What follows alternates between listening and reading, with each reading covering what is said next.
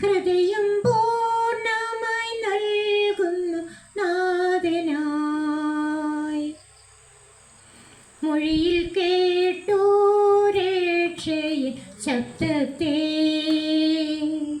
വിടുതൽ നൽകും നിൻ ഇമ്പവചനത്തെ. പകരും എന്തോ നൽകും ഞാനിനി, ദേശത്തെങ്ങും പോകും സുവിശേഷവുമായി. പകരും എന്തോ നൽകും ഞാനിനി, ദേശത്തെങ്ങും പോകും സുവിശേഷവുമായി. പകരും എന്തോ നൽകും ഞാനിനി, ഹൃദയം പൂർണ്ണമായി നൽകുന്നു നാഥനേ.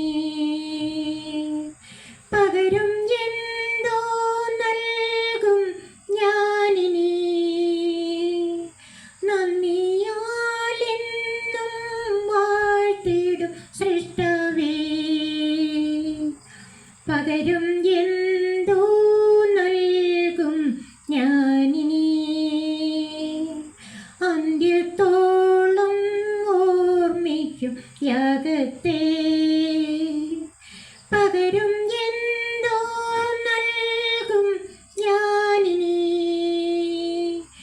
എന്നാരോഗ്യം നൽകുന്നു നാഥനായി. പകരും എന്തോ നൽകും ഞാനിനി, ദേശത്തെങ്ങും പോകും സുവിശേഷവുമായി. ക്രൂശിൽ കണ്ടു ഞാൻ നിൻ സ്നേഹത്തെ,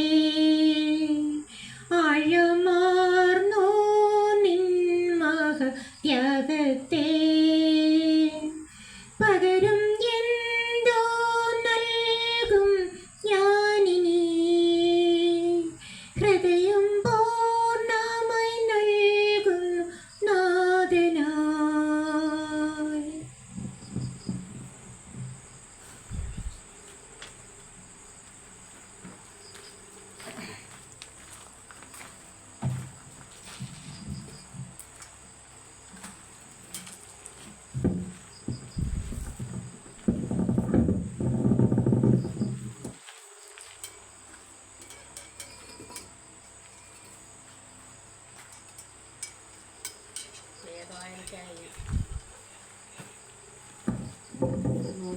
സങ്കീർത്തനമായി. ദൈവമേ, നിന്റെ വേദപ്രമാണത്തിൽ അടങ്ങിയിരിക്കുന്ന അത്ഭുതമേറിയ കാര്യങ്ങളെ കാണുവാൻ തക്കവണ്ണം ഞങ്ങളുടെ ഹൃദയകണ്ണുകളെ പ്രകാശിപ്പിക്കണമേ. ആമീൻ. എൻ മനമേ, യഹോവയെ വാഴ്ത്തുക. എൻ്റെ ദൈവമായ യഹോവേ, നീ ഏറ്റവും വലിയവൻ. മഹത്വവും തേജസ്സും നീ ധരിച്ചിരിക്കുന്നു. വസ്ത്രം ധരിക്കും പോലെ നീ പ്രകാശത്തെ ധരിക്കുന്നു. തിരശ്ശീല പോലെ നീ ആകാശത്തെ വിരിക്കുന്നു. അവൻ തൻ്റെ മാളികകളുടെ തുലാങ്ങളെ വെള്ളത്തിന്മേൽ നിരത്തുന്നു. മേഘങ്ങളെ തൻ്റെ തേരാക്കി കാറ്റിൻ ചിറകിന്മേൽ സഞ്ചരിക്കുന്നു. അവൻ കാറ്റുകളെ തൻ്റെ ദൂതന്മാരും അഗ്നിജ്വാലയെ തൻ്റെ ശുശ്രൂഷകന്മാരുമാക്കുന്നു. അവൻ ഭൂമിയെ അത് ഒരിക്കലും ഇളകിപ്പോകാതെ വണ്ണം അതിൻ്റെ അടിസ്ഥാനത്തിന്മേൽ സ്ഥാപിച്ചിരിക്കുന്നു. നീ അതിനെ വസ്ത്രം കൊണ്ടെന്ന പോലെ അഴികൊണ്ടു മൂടി. വെള്ളം പർവ്വതങ്ങൾക്ക് മീതെ നിന്നു. അവ നിന്റെ ശാസനയാൽ ഓടിപ്പോയി. നിന്റെ ഇടിമുഴക്കത്താൽ അവ ബന്ധപ്പെട്ട് മലകൾ പൊങ്ങി, താഴ്വരകൾ താണു. നീ അവയ്ക്ക് നിശ്ചയിച്ച സ്ഥലത്തേക്ക് വാങ്ങിപ്പോയി. ഭൂമിയെ മുഴുവൻ മടങ്ങി വരാതിരിക്കേണ്ടതിന് നീ അവയ്ക്ക് കടന്നുകൂടാത്തവരെ അതിറിട്ടു. അവൻ ഉറവുകളെ താഴ്വരകളിലേക്ക് ഒഴുക്കുന്നു. അവ മലകളുടെ ഇടയിൽ കൂടി ഒലിക്കുന്നു. അവയിൽ നിന്ന് വയലിലെ സകല മൃഗങ്ങളും കുടിക്കുന്നു. കാട്ടുകഴുതകളും തങ്ങളുടെ ദാഹം തീർക്കുന്നു.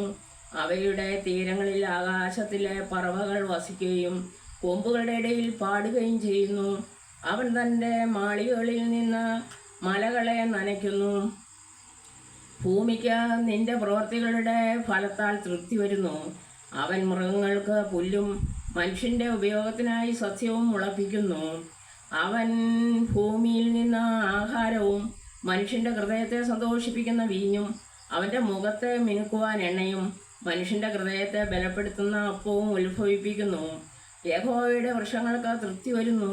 അവൻ നട്ടിട്ടുള്ള ലബാനോനിലെ ദേവദാരുക്കൾക്ക് തന്നെ.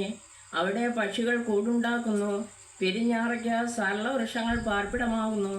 ഉയർന്ന മലകൾ കാട്ടാടുകൾക്കും പാറകൾ കുഴിമുയലുകൾക്കും സങ്കേതമാകുന്നു.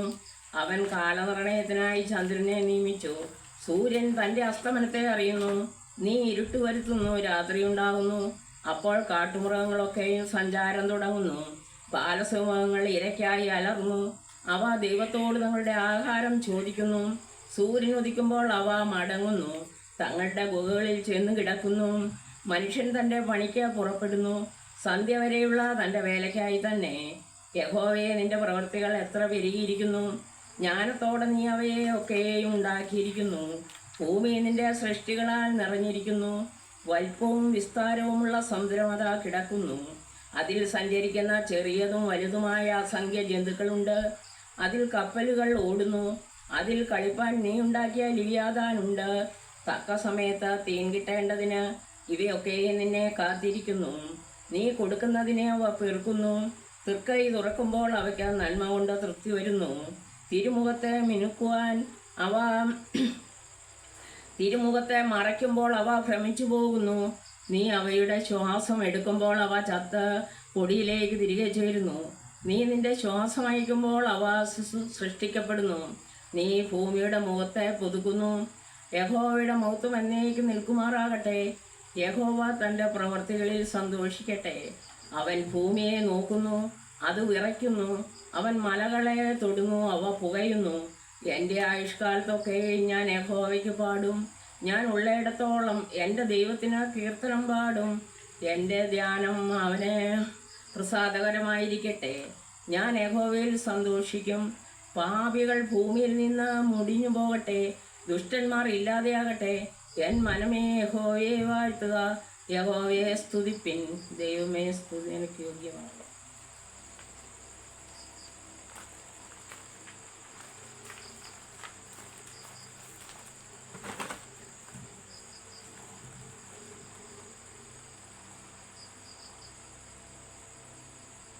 അന്ത്യകലഹാഭിഷേകം സകല ജഡത്തിന്മേലും കൊയ്ത്തുകല സമയമല്ലോ, ആത്മാവിൽ നിറയ്ക്കണമേ. അന്ത്യകലഹാഭിഷേകം സകല ജഡത്തിന്മേലും കൊയ്ത്തുകല സമയമല്ലോ, ആത്മാവിൽ നിറയ്ക്കണമേ.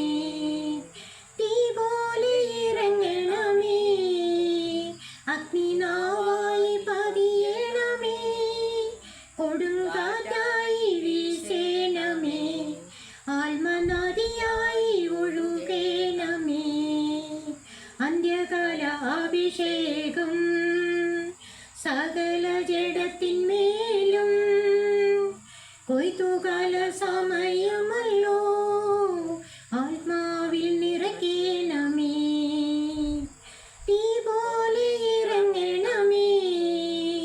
അഗ്നിനാവായി പതിയണമേ, കൊടുങ്കാറ്റായി വീശേണമേ, ആത്മനദിയായി ഒഴുകേണമേ. അസ്ഥിയുടെ താഴ്വരയിൽ ഒരു സൈന്യത്തെ ഞാൻ കാണുന്നു. അധികാരം പകരണമേ, ഇനി ആത്മാവിൽ പ്രവചിച്ചിടാൻ. തീ പോലെ ഇറങ്ങണമേ, അഗ്നിനാവായി പതിയണമേ, കൊടുങ്കാറ്റായി വീശേണമേ, ആത്മനദിയായി ഒഴുകേണമേ. അന്ത്യകാല അഭിഷേകം സകല ജഡത്തിന്മേലും കൊയ്ത്തുകാല സമയമല്ലോ, ആത്മാവിൽ നിറയ്ക്കണമേ. കർമ്മേലിലെ പ്രാർത്ഥനയിൽ ഒരു കൈമേഘം ഞാൻ കാണുന്നു. ആഹാവ് വിറച്ച പോലെ അഗ്നിമഴയായി പെയ്യണമേ, തീ പോലെ ഇറങ്ങണമേ, അഗ്നിനാവായി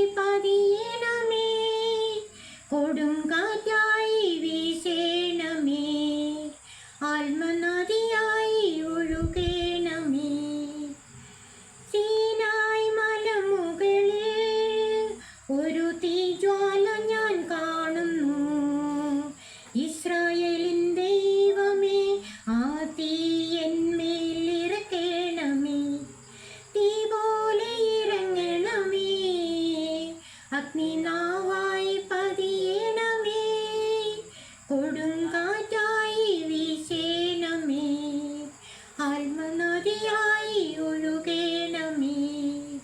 അന്ത്യകാല അഭിഷേകം സകല ജഡത്തിന്മേലും, കൊയ്ത്തുകാല സമയമല്ലോ ആത്മാവിൽ നിറക്കേണമേ.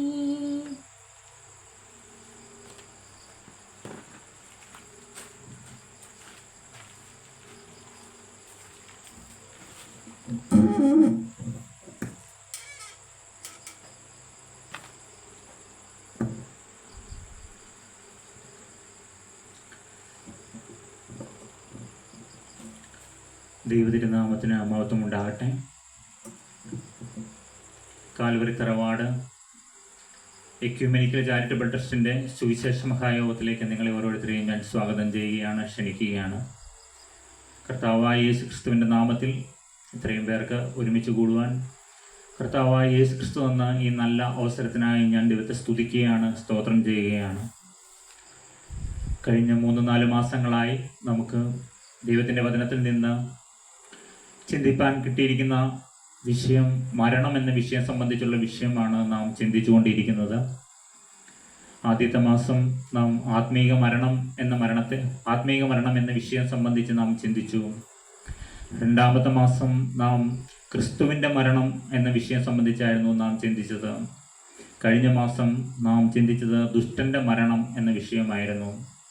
എന്നാൽ ഇന്ന് നാം ചിന്തിക്കാൻ പോകുന്നത് പ്രകൃത മരണം, അതായത് സ്വാഭാവിക മരണം, നാച്ചുറൽ ഡെത്ത് എന്ന വിഷയം എന്ന വിഷയത്തെക്കുറിച്ച് അല്പസമയം ചിന്തിപ്പാനാണ് ഞാൻ കർത്താവിൽ ശരണപ്പെടുന്നത്. നമുക്ക് ദൈവത്തിൻ്റെ വചനത്തിൽ പ്രാകൃത മരണം സംബന്ധിച്ചുള്ള കുറച്ച് കാര്യങ്ങൾ ദൈവത്തിൻ്റെ വചനത്തിൽ രേഖപ്പെടുത്തിയിട്ടുണ്ട്. അതിനെക്കുറിച്ച് നമുക്ക് അല്പമായി ചിന്തിക്കാം. എങ്ങനെയാണ് മരണം മനുഷ്യരിൽ വന്നത് എന്നതിനെക്കുറിച്ച് ബൈബിൾ എന്താണ് പറയുന്നതെന്ന് നമുക്ക് നോക്കാം. ഉൽപ്പത്തി പുസ്തകം 3-ാം അധ്യായം 19-ാം വാക്യത്തിൽ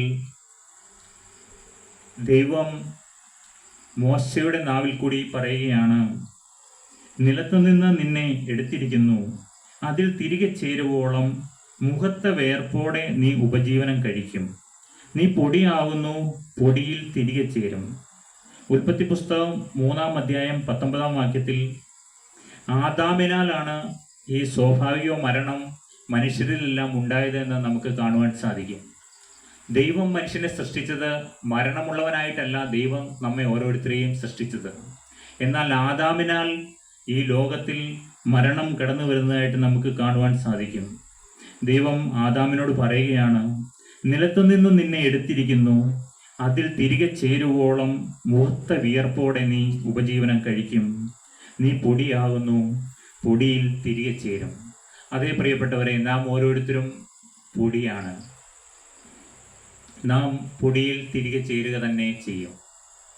അതുവരെ നാം പൊടിയിൽ തിരികെ ചേരുന്നവരെ നമ്മുടെ മുഖത്ത് നിന്ന് വിയർപ്പോടെ നാം ഉപജീവനം കഴിക്കുന്നവരായി തീരും. എന്താണ് ദൈവം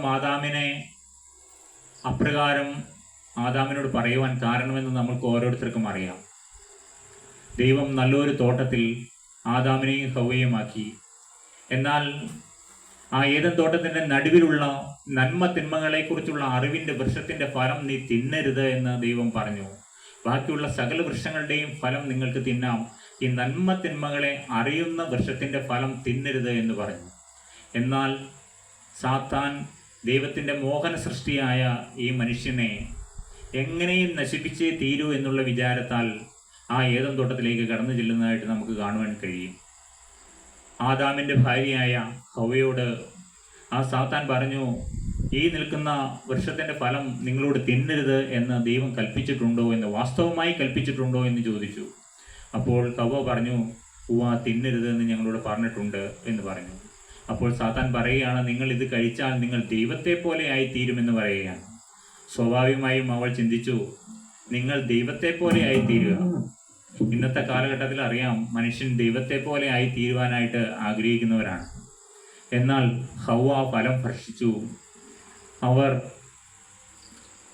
നന്മ തിന്മകളെ അറിയുന്നവരായി തീർന്നു. തങ്ങൾ നഗ്നരെന്നവർ കണ്ടു. അവർ അവിടെയുള്ള ഇലകൾ കൊണ്ട് അവർക്കൊരു വസ്ത്രമുണ്ടാക്കി അവർ മരത്തിൻ്റെ മറവിൽ ഒളിച്ചിരിക്കുന്നതായിട്ട് നമുക്ക് കാണാം. ആ സമയം ദൈവം ഇറങ്ങിച്ചെന്നു, ആദാമേ നീ എവിടെയെന്ന് ചോദിക്കുകയാണ്.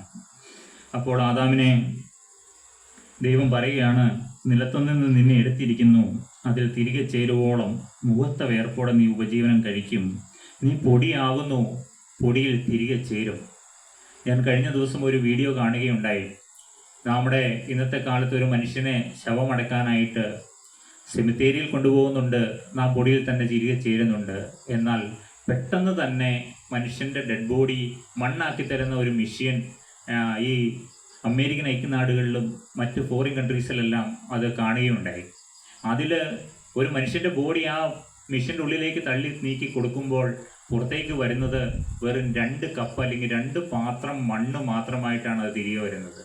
അപ്പോൾ ദൈവം നമ്മളെ ഈ 2 കപ്പ്, ഞാനത് കൃത്യമായിട്ട് നോക്കി, അപ്പോൾ അത് വെറും 2 കപ്പ് തന്നെയാണ്. ആ 2 കപ്പ് മണ്ണ് കൊണ്ടാണ് ദൈവം നമ്മളെ ഇത്രയും മനോഹരമായിട്ട് ദൈവം ക്രമീകരിച്ചത്. പക്ഷേ ദൈവം നമ്മളിൽ അവൻ്റെ ജീവശ്വാസം ഊതി, അവൻ്റെ ജീവൻ നമ്മളിലേക്ക് പകർന്നു, ആത്മാവിനെ നമ്മളിലേക്ക് പകർന്നു. പ്രിയപ്പെട്ടവരെ, അതാണ് ദൈവത്തിൻ്റെ മഹാസ്നേഹം. ആദാമിനാലാണ് മരണം നമ്മളിൽ വന്നത്. 1 കൊരിന്ത്യർക്ക് എഴുതിയ ലേഖനം 15-ാം അധ്യായം 21-22 വാക്യങ്ങൾ വായിക്കുമ്പോൾ നമുക്ക് ഇപ്രകാരം കാണാൻ സാധിക്കും. അപ്പോസ്തലനായ പൗലോസ് കൊരിന്ത്യർക്ക് എഴുതിയ ലേഖനത്തിലാണ് ഇപ്രകാരം പറഞ്ഞിരിക്കുന്നത്: മനുഷ്യൻ മൂലം മരണമുണ്ടാകിയാൽ മരിച്ചവരുടെ പുനരുത്ഥാനവും മനുഷ്യൻ മൂലം ഉണ്ടായി. ആദാമിൽ എല്ലാവരും മരിക്കുന്നത് പോലെ ക്രിസ്തുവിൽ എല്ലാവരും ജീവിപ്പിക്കപ്പെടും. ആദാമിൽ എല്ലാവരും മരിക്കുന്നത് പോലെ ക്രിസ്തുവിൽ എല്ലാവരും ജീവിപ്പിക്കപ്പെടും.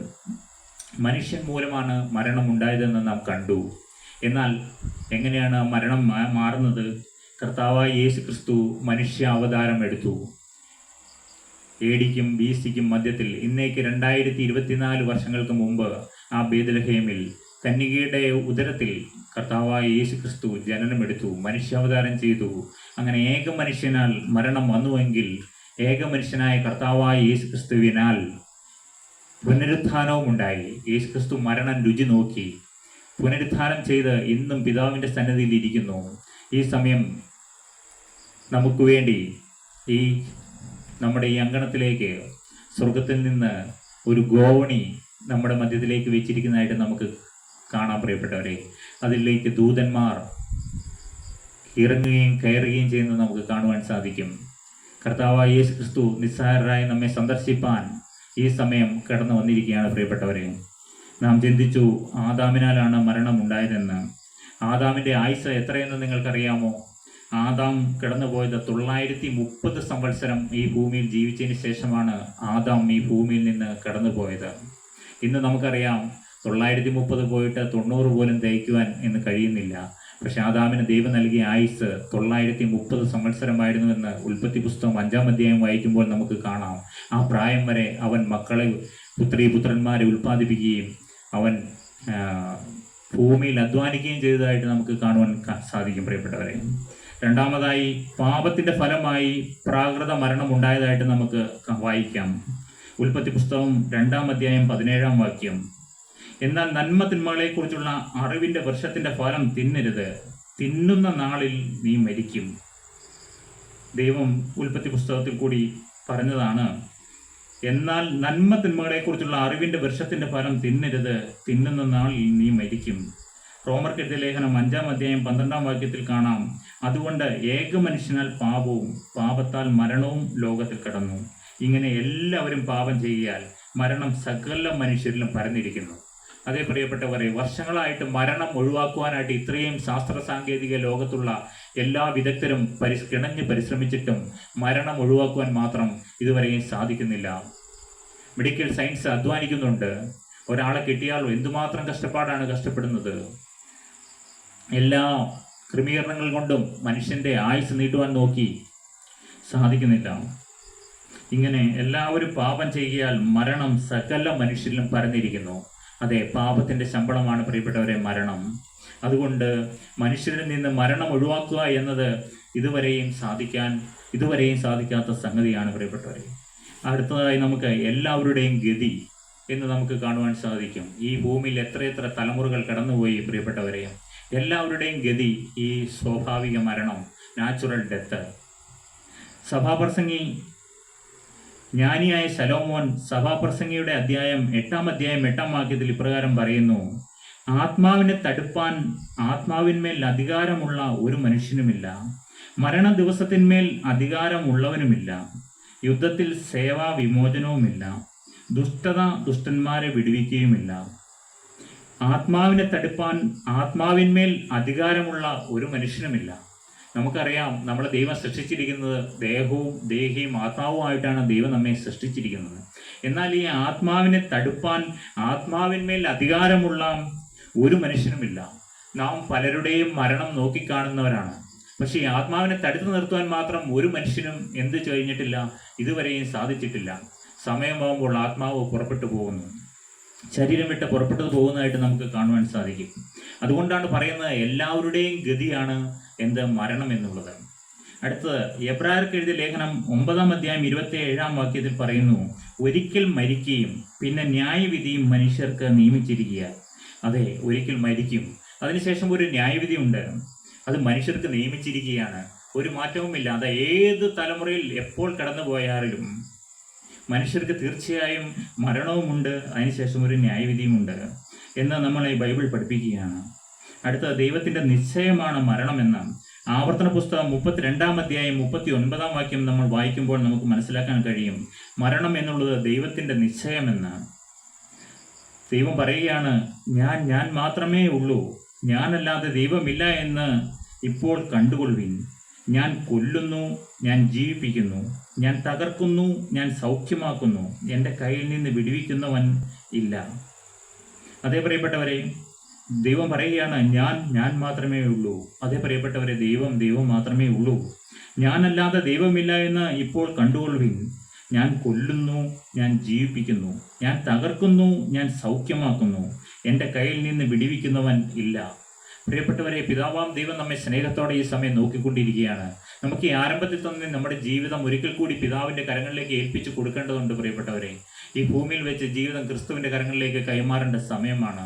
കർത്താവിൻ്റെ കരങ്ങളിലേക്ക് ഒരിക്കൽ കൂടി നമ്മുടെ ജീവിതം, ദേഹവും ദേഹിയും ആത്മാവും നമുക്ക് ഒരിക്കൽ കൂടി ഫരമേൽപ്പിക്കാം. അവൻ്റെ കരങ്ങളിൽ നമ്മുടെ ഭാവി സുരക്ഷിതമാണ്, നമ്മുടെ ജീവിതം സുരക്ഷിതമാണ്. പ്രിയപ്പെട്ടവരെ, ആ ബാലകൻ യേശുവിൻ്റെ കരങ്ങളിലേക്ക് 5 അപ്പവും 2 മീനും കൊടുത്തതുപോലെ നമ്മുടെ ഈ എളിയ ജീവിതം കർത്താവായ യേശു ക്രിസ്തുവിൻ്റെ ആണിപ്പാടുള്ള കരങ്ങളിലേക്ക് ആയിരിക്കുന്ന പ്രകാരം നാം ഏൽപ്പിച്ചു കൊടുക്കുക. അവൻ നമ്മെ പുതുക്കി മെനയും. പ്രിയപ്പെട്ടവരെ, അടുത്തതായി നമുക്ക് ഇയ്യോബ് പറയുന്നത് നമുക്ക് വായിക്കാം. ഇയ്യോബിൻ്റെ പുസ്തകം 14-ാം അധ്യായം 5-ാം വാക്യം: അവൻ്റെ ജീവകാലത്തിന് അവധി ഉണ്ടല്ലോ, അവൻ്റെ മാസങ്ങളുടെ എണ്ണം നിന്റെ പക്കൽ, അവനെ ലംഘിച്ചുകൂടാത്ത അതിർ നീ വെച്ചിരിക്കുന്നു. അതെ, ഇയ്യോബ് പറയുകയാണ് അവൻ്റെ ജീവകാലത്തിന് അവധി ഉണ്ട്. അതേ പ്രിയപ്പെട്ടവരെ, നമുക്കിന്ന് നമ്മുടെ ജീവകാലത്തിന് ഒരു അവധി ഉണ്ട്. അവൻ്റെ മാസങ്ങളുടെ എണ്ണം നിന്റെ പക്കൽ. ദൈവത്തിൻ്റെ കൈകളിലാണ് പ്രിയപ്പെട്ടവരെ നമ്മളുടെ ഓരോരുത്തരുടെയും മാസങ്ങൾ. അവനെ ലംഘിച്ചുകൂടാത്ത അതിർ നീ വെച്ചിരിക്കുന്നു. അതെ, നമുക്കൊരു അതിർ വെച്ചിരിക്കുന്നു. ലംഘിച്ചുകൂടാത്തതായ ഒരു അതിർ ദൈവം നമുക്ക് തന്നിട്ടുണ്ട്. പ്രിയപ്പെട്ടവരെ, അടുത്തതായി 5-ാമതായി മരണം ലൗകിക പരിപാടികൾ അവസാനിപ്പിക്കുന്നതായി നമുക്ക് കാണുവാൻ സാധിക്കും. അതും ജ്ഞാനിയായ ശലോമോൻ പറയുകയാണ്. സഭാപ്രസംഗിയുടെ പുസ്തകം 9-ാം അധ്യായം 10-ാം വാക്യത്തിൽ ജ്ഞാനിയായ ശലോമോൻ പറയുകയാണ്: ചെയ്യുവാൻ നിനക്ക് സംഗതി വരുന്ന ഒക്കെയും ശക്തിയോടെ ചെയ്യുക. നീ ചെല്ലുന്ന പാതാളത്തിൽ പ്രവൃത്തിയോ സൂത്രമോ അറിവോ ജ്ഞാനമോ ഒന്നുമില്ല. ഇവിടെ പാതാളം എന്ന് പറയുന്നത് നമ്മുടെ ഓരോരുത്തരുടെയും ശവക്കുഴിയാണ്. പ്രിയപ്പെട്ടവരെ, അവിടെ പറയുകയാണ് ചെയ്യുവാൻ നിനക്ക് സംഗതി വരുന്ന ഒക്കെയും ശക്തിയോടെ ചെയ്യുക. നീ ചെല്ലുന്ന പാതാളത്തിൽ അവിടെ പ്രവൃത്തിയില്ല, അവിടെ സൂത്രമില്ല, അവിടെ അറിവില്ല, അവിടെ ജ്ഞാനമില്ല, ഒന്നുമില്ല എന്ന് ജ്ഞാനിയായ ശലോമോനാണ് പ്രിയപ്പെട്ടവരെ പറഞ്ഞിരിക്കുന്നത്. അതുകൊണ്ട് മരണം ലൗകിക പരിപാടികൾ അവസാനിപ്പിക്കും. അടുത്തത് മരണം ലൗകിക സമ്പത്തുകൾ എടുത്തു കളയുന്നതായിട്ട് ഇയ്യോബ് തന്നെ പറയുകയാണ്. ഇയ്യോബിൻ്റെ പുസ്തകം 1-ാം അധ്യായം 21-ാം വാക്യം വീണ്ടും വായിക്കാം: നഗ്നനായി ഞാൻ എൻ്റെ അമ്മയുടെ ഗർഭത്തിൽ നിന്ന് പുറപ്പെട്ടു വന്നു, നഗ്നനായി തന്നെ മടങ്ങിപ്പോകും. യഹോവ തന്നു, യഹോവ എടുത്തു, യഹോവയുടെ നാമം വാഴ്ത്തപ്പെടുമാറാകട്ടെ എന്ന് പറഞ്ഞു. ഇത് ഇയ്യോബ് പറയുകയാണ്. നഗ്നനായി ഞാൻ എൻ്റെ അമ്മയുടെ ഗർഭത്തിൽ നിന്ന് പുറപ്പെട്ടു വന്നു. അതേ പ്രിയപ്പെട്ടവരെ, നമുക്കറിയാം നമ്മുടെ ഓരോരുത്തരുടെയും അമ്മമാരുടെ വയറിൽ നിന്ന് നാം പുറത്തു വന്നിരിക്കുന്നത് നഗ്നരായിട്ടാണ് കടന്നു വന്നിരിക്കുന്നത്. നഗ്നനായി തന്നെ മടങ്ങിപ്പോകും. അതേ പ്രിയപ്പെട്ടവരെ, ഇവിടെ ചിലപ്പോൾ നമ്മളെ ഒരു ഉടുപ്പൊക്കെ ഇടിവിപ്പിച്ച് നമ്മളെ പറഞ്ഞയച്ചിരിക്കാം. പക്ഷെ എന്നാലും നമ്മൾ നഗ്നരായിട്ടാണ് എങ്ങോട്ട് കടന്നു പോകുന്നത്, മടങ്ങിപ്പോകും. യഹോവ തന്നു, യഹോവ എടുത്തു, യഹോവയുടെ നാമം വാഴ്ത്തപ്പെടുമാറാകട്ടെ എന്ന് പറഞ്ഞു. ഇയ്യോബ് ഈ പറയുന്നത്, ഇയ്യോബിൻ്റെ മക്കളെല്ലാവരും നഷ്ടപ്പെട്ട ഒരു സാഹചര്യം വന്നു. ഇയ്യോബിൻ്റെ സമ്പത്തെല്ലാം ശത്രു അപഹരിച്ചു കൊണ്ടുപോയി. ആ ഒരു സാഹചര്യത്തിലാണ് ഇയ്യോബ് ഈ കാര്യം പറയുന്നത്. യഹോവ തന്നു, യഹോവ എടുത്തു, യഹോവയുടെ നാമം വാഴ്ത്തപ്പെടുമാറാകട്ടെ എന്ന് പറഞ്ഞു. അതുപോലെ 1 തിമോത്തിയോസ് എഴുതിയ ലേഖനം 6-ാം അധ്യായം 7-ാം വാക്യം, ഇഹലോകത്തിലേക്ക് നാം ഒന്നും കൊണ്ടുവന്നിട്ടില്ല, ഇവിടെ നിന്ന് യാതൊന്നും കൊണ്ടുപോകാൻ കഴിയുന്നതുമല്ല. അതെ, ഇഹലോകത്തിലേക്ക് നാം ഒന്നും കൊണ്ടുവന്നിട്ടില്ല പ്രിയപ്പെട്ടവരെ. ഒന്നും കൊണ്ടുവരാത്തവരായിട്ടാണ് നാം ഈ ഭൂമിയിൽ ജനിച്ചു വീഴുന്നത്. എന്നാൽ നാം ഇവിടെ നിന്ന് കടന്നു പോകുമ്പോൾ, ഇഹലോകത്തിൽ നിന്ന് കടന്നു പോകുമ്പോൾ ഒന്നും കൊണ്ടുപോകാൻ കഴിയുന്നില്ല. അതല്ലേ പ്രിയപ്പെട്ടവരെ, നമ്മളെല്ലാം വെറും കൈയായിട്ട് പോകുന്നതായിട്ട് നമുക്ക് കാണാൻ സാധിക്കും. മഹാനായ അലക്സാണ്ടർ ചക്രവർത്തി ഈ ലോകം മുഴുവൻ വെട്ടിപ്പിടിച്ച ചക്രവർത്തിയായിരുന്നു.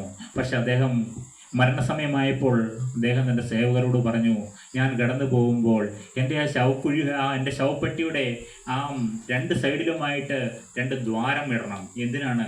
എൻ്റെ കരങ്ങൾ രണ്ടും ആ ദ്വാരത്തിനുള്ളിലേക്ക് നീട്ടിയിട്ട് വേണം എൻ്റെ ശവശരീരം ചുമന്നുകൊണ്ട് പോകാനെന്ന് പറഞ്ഞു. അപ്രകാരം തന്നെ അദ്ദേഹത്തിൻ്റെ മരണസമയത്ത് ആ ശവപ്പെട്ടിയിൽ 2 ഹോളുണ്ടായിരുന്നു. എന്തിനായിരുന്നു? അദ്ദേഹത്തിന് ഇടം കൈയും വലം കൈയും അതിൻ്റെ പുറത്തേക്ക് നീട്ടിക്കൊണ്ടാണ് അദ്ദേഹം കടന്നു പോയത്. ഞാൻ ഈ ലോകത്ത് ഒത്തിരി രാജ്യങ്ങൾ വെട്ടിപ്പിടിച്ചു, എന്തെല്ലാം സമ്പത്തുകൾ നേടാമോ അതെല്ലാം ഞാൻ നേടി, പക്ഷെ ഞാൻ പോകുമ്പോൾ ഇതൊന്നും കൊണ്ടുപോകുന്നില്ല എന്ന് ഈ ജനത്തെ ഓർമ്മപ്പെടുത്തുവാൻ അദ്ദേഹം 2 കൈകളും ആ ശവപ്പെട്ടിയുടെ പുറത്തേക്ക് ഇട്ടുകൊണ്ടാണ് അദ്ദേഹം കടന്നു പോയതായിട്ട് നമുക്ക് അദ്ദേഹത്തിൻ്റെ ജീവചരിത്രം പഠിക്കുമ്പോൾ മനസ്സിലാക്കുവാൻ സാധിക്കും പ്രിയപ്പെട്ടവരെ. അതുകൊണ്ട് ഈ ലോകത്തിലേക്ക് നാം ഒന്നും കൊണ്ടുവന്നിട്ടില്ല, ഇവിടെ നിന്ന് യാതൊന്നും കൊണ്ടുപോകാൻ കഴിയുന്നതുമല്ല. അടുത്ത 7-ാമതായി മരണം ക്രിസ്തു കീഴടക്കിയതായിട്ട് നമുക്ക് കാണുവാൻ സാധിക്കും. മരണം കീഴടക്കിയ ഒരേ ഒരാളേ ഉള്ളൂ, അതാണ് നമ്മുടെ കർത്താവായ യേശു ക്രിസ്തു. പ്രിയപ്പെട്ടവരെ, നാം ഓരോരുത്തരും കർത്താവായ യേശു ക്രിസ്തുവിൻ്റെ പിന്നാലെയാണ് യാത്ര തിരിച്ചിരിക്കുന്നത്. മരണത്തെ കീഴടക്കിയ കർത്താവായ യേശു ക്രിസ്തു. റോമർക്കെഴുതിയ ലേഖനം 6-ാം അധ്യായം 9-ാം വാക്യം, ക്രിസ്തു മരിച്ചിട്ട് ഉയർത്തെഴുന്നേറ്റിരിക്കാൻ ഇനി മരിക്കുകയില്ല, മരണത്തിന് അവൻ്റെ മേൽ ഇനി കർത്തൃത്വമില്ല എന്ന് നാം അറിയുന്നു. അതെ, കർത്താവായ യേശു ക്രിസ്തു മരിച്ചിട്ട് ഉയർത്തെഴുന്നേറ്റിരിക്കാൻ ഇനി മരിക്കുകയില്ല, മരണത്തിന് അവൻ്റെ മേൽ ഇനി കർത്തൃത്വമില്ല എന്ന് നാം അറിയുന്നു.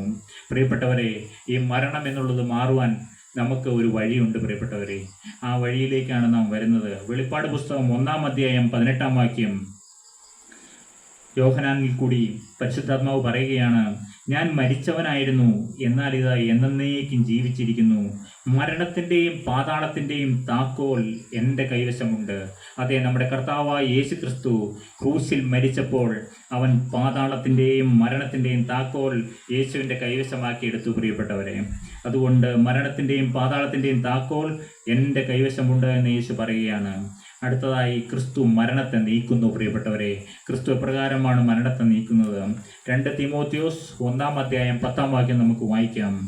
ഇപ്പോൾ മരണം നീക്കുകയും സുവിശേഷം കൊണ്ട് ജീവനും അക്ഷയതയും വെളിപ്പെടുത്തുകയും ചെയ്ത നമ്മുടെ രക്ഷിതാവായ ക്രിസ്തുയേശുവിൻ്റെ പ്രത്യക്ഷതയാൽ വെളിപ്പെട്ടിരിക്കുന്നതും ആയ തൻ്റെ സ്വന്തം നിർണയത്തിനും കൃപയ്ക്കും ഒത്തവണ്ണമത്രേ. അതേ പ്രിയപ്പെട്ടവരെ, ക്രിസ്തു മരണത്തെ നീക്കുന്നു. ഇപ്പോൾ മരണം നീക്കുകയും സുവിശേഷം കൊണ്ട് ജീവനും അക്ഷയതയും വെളിപ്പെടുത്തുകയും ചെയ്യുന്നു. ഇന്ന് സുവിശേഷമാണ് പ്രിയപ്പെട്ടവരെ ജീവനും അക്ഷയതയും നൽകുന്നത്. അതുകൊണ്ടാണ് നാം സുവിശേഷം അറിയിക്കുന്നത്. സുവിശേഷത്തിൻ്റെ ശക്തി എന്താണ്? അത് ജീവനും അക്ഷയതയും നൽകുന്നതാണ് പ്രിയപ്പെട്ടവരെ. എൻ്റെ വായിലെ വാക്കുകളല്ല, പക്ഷേ ഈ ദൈവത്തിൻ്റെ വചനത്തിൻ്റെ ശക്തിയാണ് ഇന്ന് നിങ്ങളെ സന്ദർശിച്ചു കൊണ്ടിരിക്കുന്നത് പ്രിയപ്പെട്ടവരെ.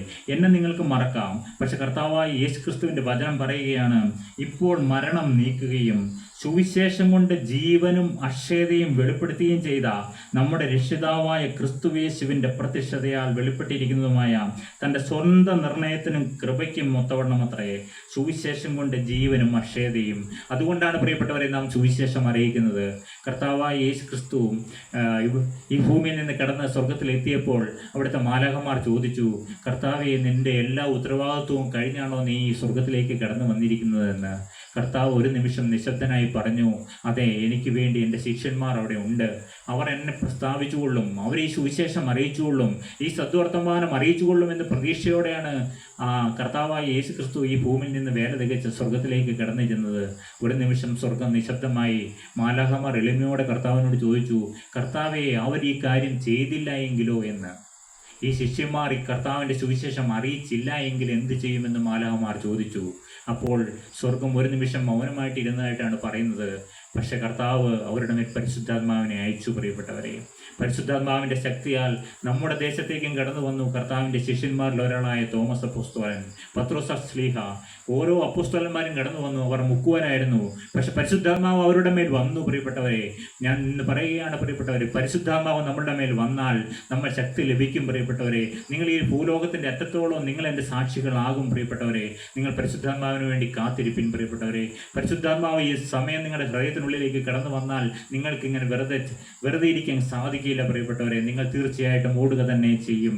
നിങ്ങൾ കർത്താവായ യേശു ക്രിസ്തുവിൻ്റെ സ്വർഗം എന്തെന്ന പരിശുദ്ധാത്മാവ് നിങ്ങൾക്ക് കണ്ണു തുറന്ന് കാണിച്ചു തരും. പ്രിയപ്പെട്ടവരെ, എന്താണ് പറയേണ്ടതെന്നുള്ളത് നിങ്ങൾ ആ നിമിഷം നിങ്ങളുടെ നാവിന്മേൽ തരും. പ്രിയപ്പെട്ടവരെ, ഞങ്ങൾ പരിശുദ്ധാത്മാവിനാൽ നിറവ് പ്രാപിക്കുക, നാം പരിശുദ്ധാത്മാവിന് വേണ്ടി പ്രാർത്ഥിക്കുക. പ്രിയപ്പെട്ടവരെ, നമ്മുടെ ഇന്നത്തെ ദിവസം പരിശുദ്ധാത്മാവിനാൽ നിറയപ്പെടുന്ന ഒരു ദിവസമാണ്. പ്രിയപ്പെട്ടവരെ, സ്വർഗത്തിൽ നിന്ന് ആത്മാവിൻ്റെ ഒരു പ്രവാഹം നമ്മുടെ മേൽ തരും. പ്രിയപ്പെട്ടവരെ, ഇന്ന് ഈ വചന ശുശ്രൂഷ കഴിഞ്ഞ് എഴുന്നേറ്റ് പോകുന്നതിന് മുമ്പ് സ്വർഗത്തിൽ നിന്ന് പരിശുദ്ധാത്മാവിന് നമ്മുടെ മേൽ പകരപ്പെടും. പ്രിയപ്പെട്ടവരെ, നമ്മളെ കർത്താവായ യേശു ക്രിസ്തു തൻ്റെ രക്തത്താൽ കഴുകും. പ്രിയപ്പെട്ടവരെ, അവൻ്റെ പുത്രനായ യേശുവിൻ്റെ രക്തം സകല പാപവും പോക്കി നമ്മെ ശുദ്ധീകരിക്കുന്നു.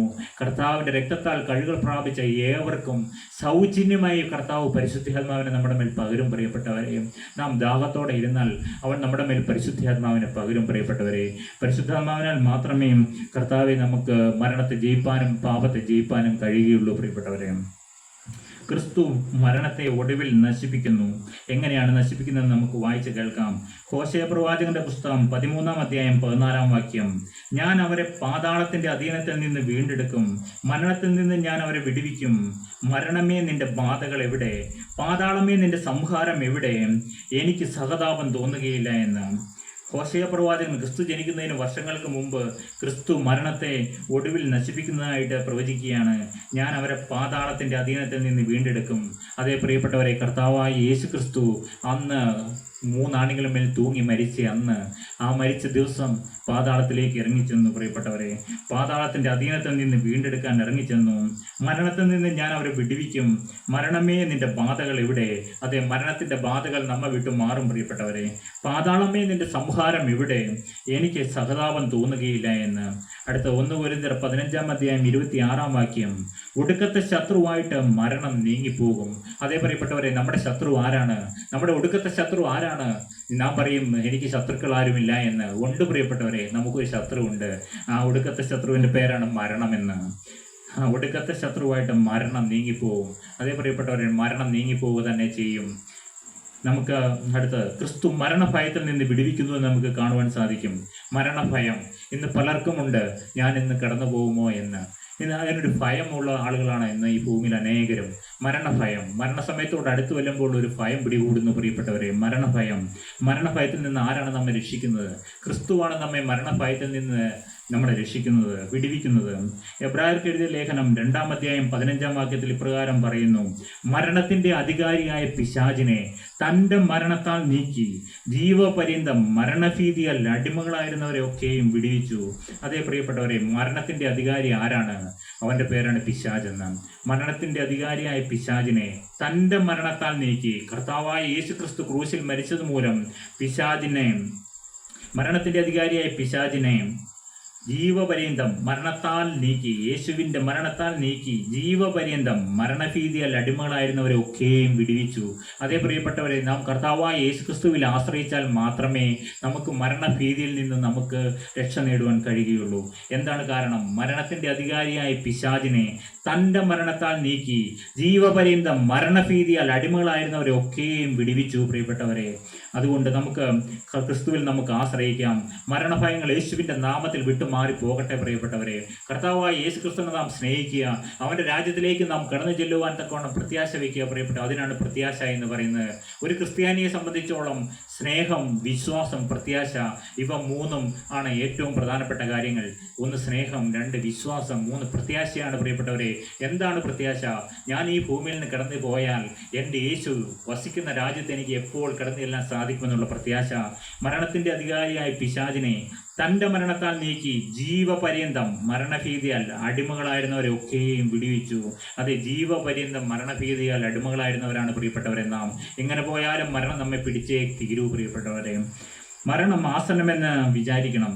ഇയ്യോബ് പറയുകയാണ്, ഇയ്യോബിന്റെ നാവിൽ കൂടി പരിശുദ്ധാത്മാവ് പറയുകയാണ്, 14-ാം അധ്യായം 1-2 വാക്യങ്ങൾ: സ്ത്രീ പ്രസവിച്ച മനുഷ്യൻ അല്പായുസുള്ളവനും കഷ്ടസമ്പൂർണനും ആകുന്നു.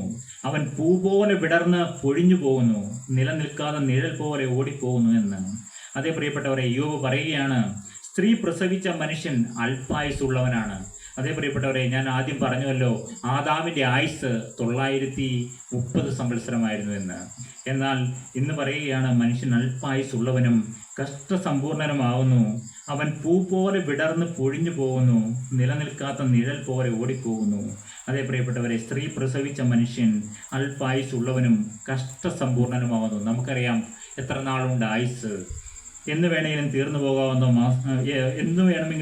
പോകാവുന്ന മനുഷ്യൻ അല്പായുസുള്ളവനും കഷ്ടസമ്പൂർണനുമാവുന്നു. എന്തെല്ലാം കഷ്ടതയാണ് പ്രിയപ്പെട്ടവരെ നാം അനുഭവിച്ചുകൊണ്ടിരിക്കുന്നത്. ഈ നാളുകളിലേക്ക്, കഴിഞ്ഞ കാലങ്ങളിലേക്ക് നോക്കിയാൽ നമുക്കറിയാം എന്തെല്ലാം കഷ്ടപ്പാടുകൾ, എന്തെല്ലാം ദുരിതങ്ങൾ. എന്നാൽ ഇതെല്ലാം നാം അനുഭവിച്ചാണ് ഈ പ്രായം വരെയും നാം എത്തിച്ചേർന്നിരിക്കുന്നത്. എന്നാൽ അവൻ പൂ പോലെ വിടർന്ന് പൊഴിഞ്ഞു പോകുന്നു, നിലനിൽക്കാതെ നിഴൽ പോലെ ഓടിപ്പോകുന്നു എന്ന്. അതുപോലെ സങ്കീർത്തനക്കാരനായ ദാവീദ് പാടുകയാണ്, മരണമാസന്നമെന്ന് വിചാരിക്കണമെന്ന്. 39-ാം സങ്കീർത്തനം 4-5 വാക്യങ്ങൾ ദൈവത്തോട് പ്രാർത്ഥിക്കുകയാണ് സങ്കീർത്തനക്കാരനായ ദാവീദ്. യഹോവേ, എൻ്റെ അവസാനത്തെയും എൻ്റെ ആയുസ് എത്ര എന്നതിനെയും എന്നെ അറിയിക്കണമേ. ഞാൻ എത്ര ക്ഷണികനെന്ന് ഞാൻ അറിയുമാറാകട്ടെ. ഇതാ, നീ എൻ്റെ നാളുകളെ 4 വിരൽ നീളമാക്കിയിരിക്കുന്നു. എൻ്റെ ആയുസ് നിന്റെ മുമ്പാകെ ഏതുമില്ലാത്തതുപോലെ ഇരിക്കുന്നു. ഏതു മനുഷ്യനും ഉറച്ചു നിന്നാലും ഒരു ശ്വാസം അത്രേ. യഹോവേ, എൻ്റെ അവസാനത്തെയും എൻ്റെ ആയുസ് എത്ര എന്നതിനെയും എന്നെ അറിയിക്കണമേ. ദാവീദ് ദൈവത്തോട് പ്രാർത്ഥിക്കുകയാണ്. നമ്മൾ ആരെങ്കിലും ചിന്തിക്കാറുണ്ടോ? നാം ആരെങ്കിലും പ്രാർത്ഥിക്കാറുണ്ടോ?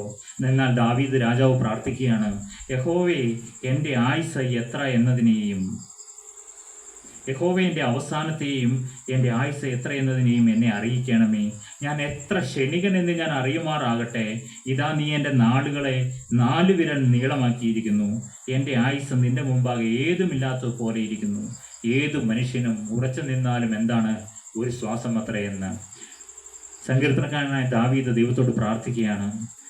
ഞങ്ങളുടെ 90-ാം സങ്കീർത്തനം 9-ാം വാക്യം: ഞങ്ങളുടെ നാളുകളൊക്കെയും നിന്റെ ക്രോധത്തിൽ കഴിഞ്ഞുപോയി, ഞങ്ങളുടെ സംവത്സരങ്ങളെ ഞങ്ങൾ ഒരു നെടുവീർപ്പ് പോലെ കഴിക്കുന്നു. അതെ, ഓരോ സംവത്സരങ്ങളും നാം നെടുവീർപ്പ് പോലെ കഴിക്കുന്നുവെന്ന് സങ്കീർത്തനക്കാരനായ ദാവീദ് പറയുകയാണ്, പ്രാർത്ഥിക്കുകയാണ്. ഞങ്ങളുടെ നാളുകളെ ഒക്കെയും നിന്റെ ക്രോധത്തിൽ കഴിഞ്ഞുപോയി, ഞങ്ങളുടെ സംവത്സരങ്ങളെ ഞങ്ങൾ ഒരു നെടുവീർപ്പ് പോലെ കഴിക്കുന്നു. പ്രിയപ്പെട്ടവരെ, നമ്മുടെ ആണ്ടും മാസവും നാളുകളും ദുഷ്ടൻ പലപ്പോഴും നശിപ്പിച്ചു കളഞ്ഞിട്ടുണ്ട്. വെട്ടുക്കിളിയും പച്ചപ്പുഴവും തിന്നുകളഞ്ഞ മാസങ്ങളും അബ്ദങ്ങളും ഇതെല്ലാം ദൈവം നമുക്ക് മടക്കിത്തരും പ്രിയപ്പെട്ടവരെ. മാസാബ്ദങ്ങളെ അവൻ മടക്കിത്തരുന്നതാണ് നാം പാടാറുണ്ട്. നാളും മാസവും ആണ്ടും ഞാൻ പാപപ്പാഴിരുളിൽ പോക്കി, നിൻ ജീവധ്വനി കേട്ടപ്പോൾ കണ്ണു തെളിഞ്ഞാനന്ദിച്ചേ. നാദാ, ദൂരെ പോകരുതേ, ഈയുള്ളോരെ തള്ളരുതേ. മാനിപ്പാൻ മടി കാണിച്ചാൻ ക്ഷീണിച്ചയ്യോ ഞാൻ ചാകും. അതേ പ്രിയപ്പെട്ടവരെ, നാളും മാസവും ആണ്ടുകളും നമുക്ക് മടക്കി തരുന്നവനാണെന്ന് നമുക്ക് കർത്താവിൽ പ്രത്യാശ വയ്ക്കാം. അടുത്തായി 1 പത്രോസിൻ്റെ ലേഖനം 1-ാം അധ്യായം 24-ാം വാക്യം: സകല ജഡവും പുല്ലുപോലെയും അതിൻ്റെ ഭംഗിയെല്ലാം പുല്ലിൻ്റെ പൂ പോലെയും ആകുന്നു. അതേ പ്രിയപ്പെട്ടവരെ, സകല ജഡവും പുല്ലുപോലെയും അതിൻ്റെ ഭംഗിയെല്ലാം പുല്ലിൻ്റെ പൂ പോലെയും ആകുന്നു എന്ന്. നാം പുല്ലിൻ്റെ പൂ കണ്ടിട്ടുണ്ട്. സകല ജഡവും പുല്ലുപോലെയാണ്, അതിൻ്റെ ഭംഗിയെല്ലാം പുല്ലിൻ്റെ പൂ പോലെയും ആകുന്നു എന്ന്. അടുത്തായി മരണത്തിനായി നാം ഒരുങ്ങിയിരിക്കണമെന്ന് ബൈബിൾ നമ്മെ ഓർമ്മിപ്പിക്കുകയാണ്, മരണത്തിനായി നാം ഒരുങ്ങിയിരിക്കണം. പ്രിയപ്പെട്ടവരെ, നാം എത്ര പേര് മരണത്തിന് വേണ്ടി ഒരുങ്ങാറുണ്ട്? നാം ഇവിടെ നിന്ന് കല്യാണത്തിന് വേണ്ടി ഒരുങ്ങിയവരുണ്ട്, വിവാഹത്തിന് വേണ്ടി ഒരുങ്ങിയവരുണ്ട്, അല്ലെങ്കിൽ ദൂരെ ദേശത്തേക്ക് യാത്രയാവാനായിട്ട് ഒരുങ്ങുന്നവരുണ്ട്. എന്നാൽ മരണത്തിന് വേണ്ടി ഒരുങ്ങുന്ന എത്ര പേരുണ്ട് പ്രിയപ്പെട്ടവരെ? ആരെയും നമുക്ക് മരണത്തിന് വേണ്ടി ഒരുങ്ങുന്ന ഒരു ഭാഗ്യകരമായ ഒരു അനുഭവമുണ്ട് പ്രിയപ്പെട്ടവരെ. ദൈവം നമുക്ക് എന്തിനാണ് ആയുസ് നീട്ടി തന്നിരിക്കുന്നത്? അത് മരണത്തിന് വേണ്ടി ഒരുങ്ങുന്നതിന് വേണ്ടിയാണ്. 2 രാജാക്കന്മാരുടെ പുസ്തകം 20-ാം അധ്യായം 1 മുതലുള്ള വാക്യം വായിക്കുമ്പോൾ നമുക്ക് വായിക്കാം. ആ കാലത്ത് ഹിസ്കിയാവിന് മരിക്കത്തക്ക രോഗം പിടിച്ചു. ആമോസിന്റെ മകനായ യെശയ്യാ പ്രവാചകൻ അവന്റെ അടുക്കൽ വന്ന അവനോട്, നിന്റെ ഗൃഹകാര്യ ക്രമത്തിലാക്കുക, നീ മരിച്ചു പോകും, ശേഷിക്കില്ല എന്ന് യഹോവ അരുളി ചെയ്യുന്നു എന്ന് പറഞ്ഞു. അതെ, 2 രാജാക്കന്മാർ 20-ാം അധ്യായത്തിൽ കൂടിയും നമുക്ക് കാണുവാൻ സാധിക്കും. ഹിസ്കിയാ രാജാവിനോട് പറയുകയാണ്, ആമോസിന്റെ മകനായ യെശയ്യാ പ്രവാചകൻ അവന്റെ അരികിലേക്ക്, ആ രാജാവിന്റെ അരികിലേക്ക് കടന്നു ചെല്ലുകയാണ്. രാജാവിന് മരിക്കത്തക്കതായ രോഗം പിടിച്ച് കിടക്കുകയാണ്. തൻ്റെ മുഖം ഭിത്തിയോട് ചേർത്ത് താൻ ഈ ഭൂമിയിൽ നിന്ന് കടന്നു പോവുകയാണല്ലോ എന്നുള്ള ദുഃഖത്തിൽ ഈ രാജാവായ ഹിസ്കിയാവ് കിടക്കുകയാണ്. ആ സമയം ദൈവത്തിൻ്റെ പ്രവാചകനെ, ആമോസിൻ്റെ മകനായ യെശയ്യാ പ്രവാചകനെ ദൈവം എങ്ങോട്ടേക്ക് അയക്കുന്നതായിട്ട് നമുക്ക് കാണാം. ഈ രാജാവിൻ്റെ അരികിലേക്ക് അയക്കുകയാണ്. മുഖം ഭിത്തിയോട് ചേർന്ന് നിരാശനായി താൻ ഈ ഭൂമിയിൽ നിന്ന് കടന്നു പോവുകയാണല്ലോ എന്നുള്ള ദുഃഖത്തോടെ കിടക്കുന്ന സമയം ആ പ്രവാചകൻ അരികിലേക്ക് ചെന്നു. അപ്പോൾ അവനോട് പറയുകയാണ്, നിന്റെ ഗൃഹകാര്യം ക്രമത്തിലാക്കുക, നീ മരിച്ചു പോകും, ശേഷിക്കില്ല എന്ന് യഹോവ അരുളി ചെയ്യുന്നു എന്ന് പറഞ്ഞു. പക്ഷേ ഈ രാജാവ് വളരെയധികം കരയുന്നതായിട്ട് നമുക്ക് കാണുവാൻ സാധിക്കും. വളരെയധികം കരഞ്ഞു. ദൈവത്തോട് പറയുകയാണ്, ദൈവമേ, ഞാൻ എത്ര നീതിയോടെ നിന്റെ മുമ്പാകെ നടന്നു ജീവിച്ചു എന്ന് പറഞ്ഞ രാജാവിൻ്റെ ഒരു കരച്ചിലാണ് കാണുന്നത്. പക്ഷേ ദൈവം ആ രാജാവിൻ്റെ കരച്ചിൽ കേട്ടു. ആ മുറ്റം വിട്ടു പോകുന്നതിന് മുമ്പ് തന്നെ പ്രവാചകനോട് പറഞ്ഞു, നീ അവൻ്റെ അരികിലേക്ക് വീണ്ടും കടന്നു ചെല്ലുക. അവൻ്റെ ആയുസ് 15 സംവത്സരം ദൈവം കൂട്ടിക്കൊടുത്തു. പ്രിയപ്പെട്ടവരെ, നാം ഇന്ന് രോഗശൈലിയായിരിക്കുന്നവരാരെങ്കിലും ഈ വചനം കേൾക്കുന്നുണ്ടോ? നിങ്ങൾ നിരാശപ്പെട്ടിരിക്കുന്നവരാരെങ്കിലും ഈ വചനം കേൾക്കുന്നുണ്ടോ? നിങ്ങൾ സങ്കടപ്പെടേണ്ട പ്രിയപ്പെട്ടവരെ. നിങ്ങൾക്ക് വേണ്ടി ആയുസ് നീട്ടിത്തരുന്നവനായ ഒരു ദൈവം ജീവിക്കുന്നുണ്ട്. നിങ്ങളുടെ ആയുസ് തീർന്നുപോയി എന്ന് നിങ്ങൾ വിചാരിക്കേണ്ട. നിങ്ങളുടെ ആയുസ്സിനോട് 15 സംവത്സരം ഈ രാജാവിന് വേണ്ടി ദൈവം നീക്കിക്കൊടുത്തുവെങ്കിൽ, അവൻ കരഞ്ഞപ്പോൾ അവൻ്റെ കണ്ണുനീര് കണ്ട ആയുസ് നീട്ടിത്തരുന്നവനായ ദൈവമാണ് പ്രിയപ്പെട്ടവരെ. നിങ്ങൾ ആഗ്രഹിക്കൂ. കഴിഞ്ഞ പ്രാവശ്യം നാം ചിന്തിച്ചു, വാർദ്ധക്യ സമ്പൂർണ്ണതയിൽ ഈ ഭൂമിയിൽ നിന്ന് കടന്നു പോകണമെന്ന് നാം ആഗ്രഹിക്കണം പ്രിയപ്പെട്ടവരെ. തീർച്ചയായിട്ടും നമുക്ക് കടന്നു പോകണം. നമ്മുടെ ആയുസ് തികച്ചു വേണം ഈ ഭൂമിയിൽ നിന്ന് കടന്നു പോകാൻ പ്രിയപ്പെട്ടവരെ. ദൈവം ഹിസ്കിയാ രാജാവിന് 15 സംവത്സരം ആയുസ് നീട്ടിക്കൊടുക്കുന്നതായിട്ട് നമുക്ക് വായിക്കുവാൻ കഴിയും. അടുത്ത് മരണത്തിൻ്റെ ഒരുക്കത്തിനായി പ്രാർത്ഥിക്കണമെന്ന് ബൈബിൾ നമ്മെ പഠിപ്പിക്കുകയാണ് പ്രിയപ്പെട്ടവരെ. സങ്കീർത്തനക്കാരനായ ദാവീദ് വീണ്ടും പറയുകയാണ്. 39-ാം സങ്കീർത്തനം 4-ാം വാക്യവും 13-ാം വാക്യവും വായിച്ച് കേൾപ്പിക്കാം. യഹോവയെ, എൻ്റെ അവസാനത്തെയും എൻ്റെ ആയുസ് എത്ര എന്നതിനെയും എന്നെ അറിയിക്കണമേ. ഞാൻ എത്ര ക്ഷണികനെന്ന് ഞാൻ അറിയുമാറാകട്ടെ. 13-ാം വാക്യം, ഞാൻ ഇവിടെ നിന്ന് പോയി ഇല്ലാതെ ആകുന്നതിന് മുമ്പേ ഉന്മേഷം പ്രാപിക്കേണ്ടതിന് നിന്റെ നോട്ടം എങ്കിൽ നിന്ന് മാറ്റണമേ. അതേ പ്രിയപ്പെട്ടവരെ, ഉന്മേഷം പ്രാപിക്കണം.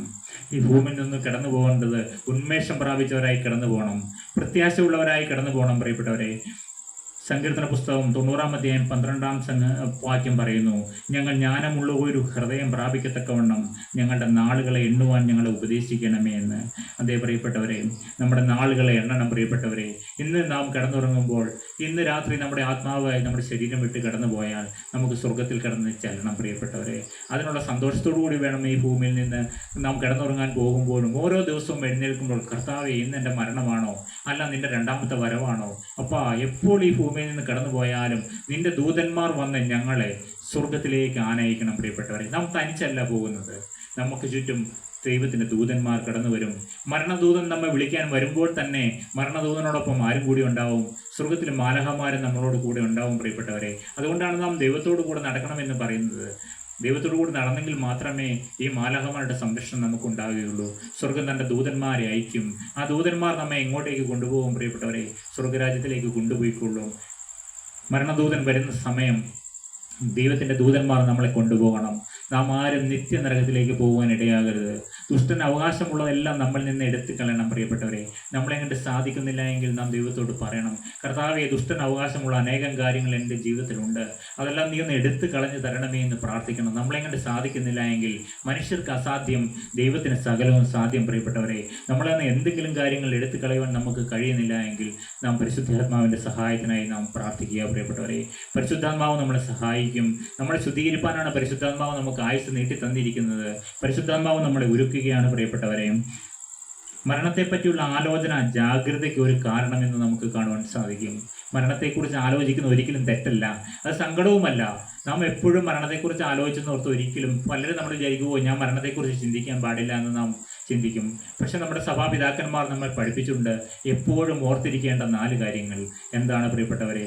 1 മരണമാണ്, 2 സ്വർഗം, നരകം, ന്യായവിധി. ഇങ്ങനെ 4 കൂട്ടം കാര്യങ്ങളാണ് ഒരു വിശ്വാസിയായ ഓരോരുത്തരോടും എപ്പോഴും ഓർത്തിരിക്കേണ്ട കാര്യങ്ങൾ എന്നും പറഞ്ഞുകൊണ്ട് നമ്മെ പഠിപ്പിച്ചിരിക്കുന്നതാണ്. എപ്പോഴും ഓർത്തിരിക്കേണ്ട കാര്യങ്ങൾ നമ്മൾ എത്ര പേരെ ഓർക്കാറുണ്ട് പ്രിയപ്പെട്ടവരെ? എന്നാൽ നാം തീർച്ചയായിട്ടും ചിന്തിക്കണം, ഓർക്കണം. മരണത്തെപ്പറ്റിയുള്ള ആലോചന ജാഗ്രതയ്ക്ക് ഒരു കാരണം. എന്താണ്? യോഹന്നാൻ എഴുതിയ സുവിശേഷം 9-ാം അധ്യായം 4-ാം വാക്യം, എന്നെ അയച്ചവൻ്റെ പ്രവൃത്തി പകലുള്ളിടത്തോളം നാം ചെയ്യേണ്ടതാകുന്നു, ആർക്കും പ്രവർത്തിച്ചു കൂടാത്ത രാത്രി വരുന്നു. അതേ പ്രിയപ്പെട്ടവരെ, എന്നെ അയച്ചവൻ്റെ പ്രവൃത്തി പകലുള്ളിടത്തോളം നാം ചെയ്യേണ്ടതാകുന്നു, ആർക്കും പ്രവർത്തിച്ചു കൂടാത്ത രാത്രി വരുന്നു. അതേ പ്രിയപ്പെട്ടവരെ, ആർക്കും പ്രവർത്തിച്ചു കൂടാത്ത ചില രാത്രികൾ വരും. ആർക്കും ഒന്നും ചെയ്യാൻ സാധിക്കില്ല. മനുഷ്യരെല്ലാം, നമ്മുടെ ബന്ധുക്കളും നമ്മുടെ മക്കളും എല്ലാം ചുറ്റുവട്ടത്ത് നിൽക്കും. നമുക്കറിയാം, നമ്മുടെ പ്രായമായ മാതാപിതാക്കൾ കടന്നു പോകുമ്പോൾ നമ്മൾ നിസ്സഹായരായിട്ട് അവരുടെ ആ ഇപ്പോൾ അധികവും മാതാപിതാക്കൾ കടന്നു പോകുന്ന അധികം ഹോസ്പിറ്റലുകളിൽ വെച്ചാണ് കടന്നു പോകുന്നത്. അപ്പോൾ ചുറ്റും മക്കളാരും കാണാറില്ല. എന്നാൽ ഏറ്റവും പ്രായമായ, എൻ്റെ അഭിപ്രായത്തിൽ പറഞ്ഞാൽ, ഒരു പ്രായമായി കഴിഞ്ഞാൽ ഹോസ്പിറ്റലിൽ വെറുതെ കൊണ്ടുപോയി ഇടാണ്ട് അവരെ നമ്മുടെ വീടുകളിലേക്ക് തന്നെ കൊണ്ടുവന്ന് ആ മക്കളെല്ലാം ചുറ്റും നിന്ന് ആ സമയം നമ്മളെങ്ങനെ ഒന്നും ചെയ്യാൻ സാധിച്ചില്ലെങ്കിലും നമുക്ക് എപ്പോഴും നല്ലത് അവരെ നമ്മുടെ ഭവനത്തിൽ തന്നെ ആക്കി ആ മരണാനന്തര ജീവിതത്തിലേക്ക് അവരെ കടന്നുവിടുവാൻ ഒരുക്കുന്നതിനുള്ള പ്രാർത്ഥനയോടും സ്തുതിയോടും കൂടിയെല്ലാം നിൽക്കേണ്ട സമയങ്ങളാണ് പ്രിയപ്പെട്ടവരെ. അതാണ് ഏറ്റവും മനോഹരമായ അനുഭവം. അതുകൊണ്ട് മരണത്തിനായിട്ട് ഒരുങ്ങണം. മരണം താൽക്കാലികമായി മാറുമ്പോൾ കൂടുതൽ തീഷ്ണതയ്ക്ക് കാരണമാകും. സങ്കീർത്തനക്കാരനായ ദാവീദ് പറയുകയാണ്, 56 സങ്കീർത്തനം 12-13 വാക്യം, ദൈവമേ, നിനക്കുള്ള നേർച്ചകൾക്ക് ഞാൻ കടംപെട്ടിരിക്കുന്നു, ഞാൻ നിനക്ക് സ്തോത്രയാഗങ്ങളെ അർപ്പിക്കും. ഞാൻ ദൈവത്തിൻ്റെ മുമ്പാകെ ജീവന്റെ പ്രകാശത്തിൽ നടക്കേണ്ടതിന് നീ എൻ്റെ പ്രാണനെ മരണത്തിൽ നിന്നും എൻ്റെ കാലുകളെ ഇടർച്ചയിൽ നിന്നും വിടുവിച്ചുവല്ലോ. അതേ പ്രിയപ്പെട്ടവരെ, നമുക്കറിയാം അനേകം ആക്സിഡൻസ് നമുക്ക് വരേണ്ട സാഹചര്യങ്ങൾ ഉണ്ടായിരുന്നു. ഞാൻ എൻ്റെ ജീവിതത്തിലേക്ക് തിരിഞ്ഞു നോക്കുമ്പോൾ തന്നെ അറിയാം, വർഷങ്ങൾക്ക് മുമ്പേ ഞാനൊരു ആക്സിഡൻറ്റ് എനിക്കുണ്ടായതാണ്. ആ ആക്സിഡൻറ്റ് ഞാൻ അന്ന് കടന്നു പോയിരുന്നെങ്കിൽ ദൈവരാജ്യത്തിൽ എത്തുമായിരുന്നോ? ഞാനന്ന് ഭയപ്പെട്ടിരുന്നു പ്രിയപ്പെട്ടവരെ. എന്നാൽ ദൈവം എനിക്ക് ആയുസ് നീട്ടി തന്നു. നമ്മുടെ ഓരോരുത്തരുടെയും ജീവിതത്തിലേക്ക് അതുപോലെയുള്ള ഒരു അനുഭവം നമുക്ക് കാണുവാൻ സാധിക്കും. നമുക്ക് ചില ആക്സിഡൻറ്റുകൾ വന്നു, നാം കടന്നു പോകേണ്ട ചില സാഹചര്യങ്ങളായിരുന്നു. പക്ഷെ ദൈവം നമ്മളെ വിളിച്ചില്ല. കാരണം അപ്പോൾ നാം ഈ ഭൂമിയിൽ നിന്ന് കടന്നു പോയിരുന്നെങ്കിൽ ദൈവരാജ്യത്തിൽ നാം കാണപ്പെടുകയില്ല എന്ന് ദൈവത്തിന് അറിയാമായിരുന്നു. അതുകൊണ്ടാണ് ദൈവം ആയുസ് നീട്ടി തന്നത്. അതുകൊണ്ട് നീ എൻ്റെ പ്രാണനെ മരണത്തിൽ നിന്നും എൻ്റെ കാലുകൾ ഇടർച്ചയിൽ നിന്നും വിടുവിച്ചുവല്ലോ എന്ന് സങ്കീർത്തനക്കാരനായ ദാവീദ് പ്രാർത്ഥിക്കുകയാണ്. ദൈവമേ, നിനക്കുള്ള നേർച്ചകൾക്ക് ഞാൻ കടംപെട്ടി. അതുകൊണ്ട് ദൈവത്തിന് നേർച്ചകൾ കഴിക്കണം. എന്താണ് പ്രിയപ്പെട്ടവരെ ദൈവത്തിനുള്ള നേർച്ചകൾ? അത് സ്തോത്രയാഗങ്ങളാണ്. എന്താണ് യാഗങ്ങൾ? നാം ഇന്ന് കൊണ്ടുപോയി പണം ഇഷ്ടം പോലെ കൊണ്ടുപോയി ദൈവാലയത്തിൽ കൊണ്ടുപോയി ഭണ്ഡാരങ്ങളിലും എല്ലാം കൊടുക്കുന്നവരാണ് പ്രിയപ്പെട്ടവരെ. അതാണോ പ്രിയപ്പെട്ടവരെ ഏറ്റവും വലിയ യാഗം? അല്ല. സ്തോത്രം എന്ന യാഗമാണ്. എന്താണ് സ്തോത്രം? നന്ദിയാണ് പ്രിയപ്പെട്ടവരെ. എന്താണ് സ്തോത്രം? എന്താണ് ഹല്ലേലൂയ? ഇന്ന് നാം സ്തോത്രം പറയുകയില്ല. നമ്മുടെ നാവിൽ സ്തോത്രം പറയാൻ നാം നാണിക്കും. കാരണം എന്താണ്? സ്തോത്രം എന്നത് നന്ദിയുടെ ഒരു വാക്കാണ്. ഹല്ലേലൂയ എന്ന് പറയുന്നത് നന്ദിയുടെ ഒരു വാക്കുമാണ്. നന്ദിയുടെയും സ്നേഹത്തിൻ്റെയും വാക്കാണ് സ്തോത്രവും ഹല്ലേലൂയയും. ഇത് ദൈവത്തോട് നമുക്ക് നന്ദിയാണ് പ്രിയപ്പെട്ടവരെ. ആ യാഗമാണ് ദൈവം പ്രസാദിക്കുന്നത്. സ്തോത്രം എന്ന യാഗം അർപ്പിക്കുവാൻ സാധിക്കണം പ്രിയപ്പെട്ടവരെ. നാം സ്വർഗത്തിൽ കിടന്നു എന്നാൽ നമ്മുടെ ഏക ജോലി കർത്താവിനെ ആരാധിക്കുക എന്നുള്ളതാണ് പ്രിയപ്പെട്ടവരെ. സ്വർഗത്തിലെ ഏക ജോലി കർത്താവിനെ സ്തുതിക്കുക, മാലാഖമാരോട് ചേർന്ന് നിന്ന് ദൈവം പരിശുദ്ധൻ പരിശുദ്ധൻ പരിശുദ്ധൻ എന്ന് സ്തുതിക്കുക. നാം അതിന് തക്കവണ്ണം ഒരുങ്ങിയോ പ്രിയപ്പെട്ടവരെ? നമുക്കിന്ന് സ്തുതിക്കുന്നത് സന്തോഷകരമാണോ? ഹല്ലേലൂയ നമ്മുടെ നാവിന്മേലുണ്ടോ പ്രിയപ്പെട്ടവരെ? അവിടെ ചെന്ന് പിതാവും പുത്രനും പരിശുദ്ധ റൂഹായുമായവൻ വന്ദിക്കപ്പെട്ടവനും സ്തുതിക്കപ്പെട്ടവനുമാകുന്നു. ആദ്യം മുതൽ തലമുറകൾ വരെയും തനിക്ക് സ്തുതി ഹാലേലുയ എന്ന വേർഡാണ് പ്രിയപ്പെട്ടവരെ. ആ ഹാലേലുയാണ് സ്വർഗീയ ഭാഷ. ആ ഭാഷ ഇന്ന് നിങ്ങളുടെ നാവിന്മേൽ വരച്ചു തരികയാണ്. സ്വർഗത്തിലെ ദൂതന്മാർ നിങ്ങളേക്ക് ഹാലേലുയ തരികയാണ് പ്രിയപ്പെട്ടവരെ. ഇന്നുവരെയും ഒരു ഹാലേലുയ പറയാൻ നിങ്ങൾക്ക് കഴിഞ്ഞില്ല എങ്കിൽ കർത്താവായ യേശു ക്രിസ്തു നിങ്ങളുടെ നാവിന്മേൽ വരച്ചു തരികയാണ്, നിങ്ങളുടെ ആത്മാവിന്മേൽ വരച്ചു തരികയാണ്. ഹാലേലുയ വരച്ചു തരുവാൻ കർത്താവായ യേശു ക്രിസ്തു ഈ സമയം ആഗ്രഹിക്കുകയാണ് പ്രിയപ്പെട്ടവരെ. നിങ്ങൾ ഹാലേലുയ എന്ന് പറഞ്ഞു നോക്കൂ പ്രിയപ്പെട്ടവരെ. എല്ലാ ദിവസവും കർത്താവിനെ സ്തുതിക്കൂ പ്രിയപ്പെട്ടവരെ. ഹാലേലുയ ഗീതികൾ സ്വർഗത്തിലേക്ക് കയറി ചെല്ലട്ടെ പ്രിയപ്പെട്ടവരെ. ഇവിടെ നിന്ന് ഒരു പാപിയായ മനുഷ്യൻ, ഒരു സാധാരണക്കാരനായ മനുഷ്യൻ തൻ്റെ ഈ ചെറ്റക്കുടിലിൽ ഇരുന്നു കൊണ്ട്, അല്ലെങ്കിൽ അവൻ്റെ കുടുംബത്തിൽ നിന്നുകൊണ്ട്, അവൻ്റെ ഭവനത്തിൽ ഇരുന്നു കൊണ്ട് ഹാലേലുയ അർപ്പിക്കുമ്പോൾ ആ സ്തുതികളിന്മേൽ സ്വർഗം ഇറങ്ങി വരും പ്രിയപ്പെട്ടവരെ. എങ്ങനെയാണ് സ്വർഗം ഭൂമിയിൽ, നാം പ്രാർത്ഥിക്കാറുണ്ട് സ്വർഗത്തിലെ പോലെ ഭൂമിയിലുമാകണം. എങ്ങനെയാണ് സ്വർഗം ഭൂമിയിലേക്ക് ഇറങ്ങി വരുന്നത് പ്രിയപ്പെട്ടവരെ? ഒരു സ്വാധുവായ മനുഷ്യൻ ഈ ഭൂമിയിൽ നിന്നുകൊണ്ട് സ്തുതിക്കുമ്പോൾ കർത്താവ് സ്തുതികളിന്മേൽ ഇറങ്ങി വരും പ്രിയപ്പെട്ടവരെ. നിങ്ങൾ ഹാലേലുയായിൽ സ്വർഗത്തിലേക്ക് കയറി ചെല്ലുവാൻ പ്രിയപ്പെട്ടവരെ. ഇതൊരു ആത്മീയ അനുഭവമാണ് പ്രിയപ്പെട്ടവരെ. നിങ്ങൾ സ്തുതിക്കുക. നിങ്ങൾ നിങ്ങളുടെ ഈ കൊച്ചു മുറിയിൽ ഇരുന്നുകൊണ്ട് ഒരു ഹാലേലുയ പറ പ്രിയപ്പെട്ടവരെ. ഒരു 100 ഹാലേലുയ പറയാൻ സാധിക്കുമെങ്കിൽ പറ. ആ ദൈവിക സാന്നിധ്യം, നിങ്ങൾ ഇതുവരെയും ദൈവിക സാന്നിധ്യം അനുഭവിച്ചിട്ടില്ല എങ്കിൽ നിങ്ങൾ ഹാലേലുയ പറയുവാൻ ശ്രമിക്കുവാൻ പ്രിയപ്പെട്ടവരെ. ഹാലേലുയ നിങ്ങളുടെ നാവിന്മേൽ വരട്ടെ. നിങ്ങൾ ഇന്നുവരെയും അസഭ്യങ്ങളായിരിക്കും നിങ്ങളുടെ നാവിന്മേൽ വന്നിരിക്കുന്നത്, നിങ്ങളുടെ നാവിൽ നിന്ന് ചീത്ത കാര്യങ്ങളായിരിക്കും വന്നിരിക്കുന്നത്. എന്നാൽ ഇന്ന് കർത്താവ് നിങ്ങളുടെ നാവിനെ തൊട്ട് ശുദ്ധീകരിച്ച് ആ ഹാലേലുയ എന്ന സ്വർഗീയ ഭാഷ നിങ്ങളുടെ മേൽ പകരപ്പെടുകയാണ് പ്രിയപ്പെട്ടവരെ. സ്വർഗം നമ്മളെ അനുഗ്രഹിക്കാൻ ഇന്ന് പ്ലാൻ ചെയ്തിരിക്കുന്ന ദിവസമാണ് പ്രിയപ്പെട്ടവരെ. നിങ്ങൾ ആരും വെറുതെ വന്നവരല്ല. നിങ്ങൾക്കിന്ന് സ്വർഗീയ ഭാഷ കിട്ടും പ്രിയപ്പെട്ടവരെ. ഈ ശബ്ദ പരിധിയിലിരിക്കുന്ന ഏതൊരാൾക്കും ഈ ഹാലേലുയ ഭാഷകളിൽ മേൽ നിങ്ങൾക്ക് സ്വർഗത്തിലേക്ക് കയറി ചെല്ലാൻ പ്രിയപ്പെട്ടവരെ. നമുക്ക് കർത്താവിന് ഹാലേലുയ പറയാൻ പ്രിയപ്പെട്ടവരെ. ഹാലേലുയകളിൽ മേൽക്ക് ദൈവം ഇറങ്ങി വരും, സ്തുതികളിന്മേൽ അവൻ ഇറങ്ങി വരും പ്രിയപ്പെട്ടവരെ. അതുകൊണ്ട് നിങ്ങൾ സ്തുതിക്കുന്നവരായി തീരുക. അടുത്തതായി നമുക്ക് പ്രാകൃത മരണം ഹാനോക്കും ഏലിയാവും അനുഭവിച്ചില്ല. അതെ, ഈ ഭൂമിയിൽ 2 മനുഷ്യർക്ക് ഈ മരണം എന്ന സംഭവം അവർക്ക് ഉണ്ടായില്ല. അതാരൊക്കെയാണെന്ന് നമുക്ക് അല്പസമയം ചിന്തിക്കാം. ഒന്ന്, ഉൽപ്പത്തി പുസ്തകം 5-ാം അധ്യായം 24-ാം വാക്യം. ഹാനോക്ക് ദൈവത്തോട് കൂടെ നടന്നു, ദൈവം അവനെ എടുത്തുകൊണ്ടതിനാൽ കാണാതെയായി. അതേ പ്രിയപ്പെട്ടവരെ, അങ്ങനെ ഒരു അനുഭവമുണ്ട്. ദൈവത്തോട് കൂടെ നടക്കുകയാണെങ്കിൽ എപ്പോഴും 24 മണിക്കൂറും ദൈവത്തോട് കൂടെ കൈപിടിച്ച് നടക്കുകയാണെങ്കിൽ, ഒരു ശിശുവായ കുഞ്ഞ്, നടക്കുവാൻ പ്രായമായ ഒരു കുഞ്ഞ് അവൻ്റെ അപ്പൻ്റെയും അമ്മയുടെയും കയ്യിൽ പിടിച്ചുകൊണ്ട് നടക്കുന്നത് പോലെ നാം ദൈവത്തിൻ്റെ കൂടെ നടക്കുന്നവരായി തീർന്നാൽ ഈ മരണം കാണാതെ ദൈവം ആരെ എടുത്തു? ഹാനോക്കിനെ എടുക്കപ്പെട്ടതായിട്ട് നമുക്ക് കാണുവാൻ കഴിയും. ഹാനോക്ക് ദൈവത്തോട് കൂടെ നടന്നു, ദൈവം അവനെ എടുത്തുകൊണ്ടതിനാൽ കാണാതെയായി. ദൈവം എടുത്തുകൊണ്ടതിനാൽ കാണാതെയായി എന്ന് മരണം രുചി നോക്കിയില്ല പ്രിയപ്പെട്ടവരെ. ഹാനോക്ക് മരണം രുചി നോക്കിയില്ല. അവൻ 365 സംവത്സരമാണ് ഹാനോക്കിൻ്റെ ആയുഷ്കാലം എന്ന് പറയുന്നത്. പക്ഷെ മരിച്ചതായിട്ട് ഒരിടത്തും പറയുന്നില്ല.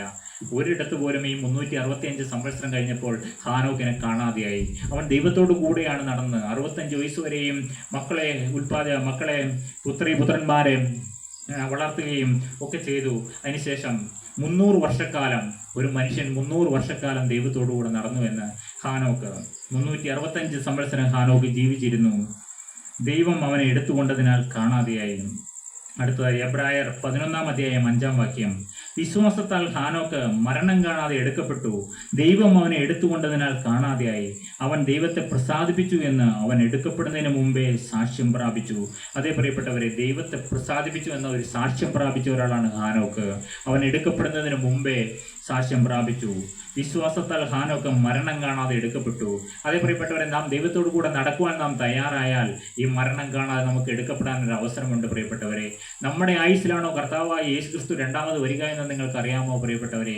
നമ്മുടെ ഈ തലമുറയിലാണോ കർത്താവായ യേശു ക്രിസ്തു രണ്ടാമത് വരിക? എങ്കിൽ നാം മരണം രുചി നോക്കേണ്ടതില്ല. നാം രൂപാന്തരപ്പെട്ട ശരീരം പ്രാപിച്ചവരായി കർത്താവിനോടൊത്ത് വാനമേഘങ്ങളിലേക്ക് പറന്നുയരപ്പെടും പ്രിയപ്പെട്ടവരെ. ഒരു കാന്തം ഇവിടെ കൊണ്ടുവന്ന് വെച്ചാൽ ഇവിടെ കുറെ ഇരുമ്പ് സൂചികളുണ്ടെങ്കിൽ ആ ഇരുമ്പ് സൂചികൾ ഈ കാന്തത്തിലേക്ക് ചാടിപ്പിടിക്കുന്നത് പോലെ പ്രിയപ്പെട്ടവരെ, പരിശുദ്ധാത്മാവ് നിങ്ങളുടെ ഓരോരുത്തരുടെയും ഹൃദയത്തിൽ ഉണ്ടെങ്കിൽ തീർച്ചയായിട്ടും കർത്താവായ യേശു ക്രിസ്തു വാനമേഘങ്ങളിൽ വരും.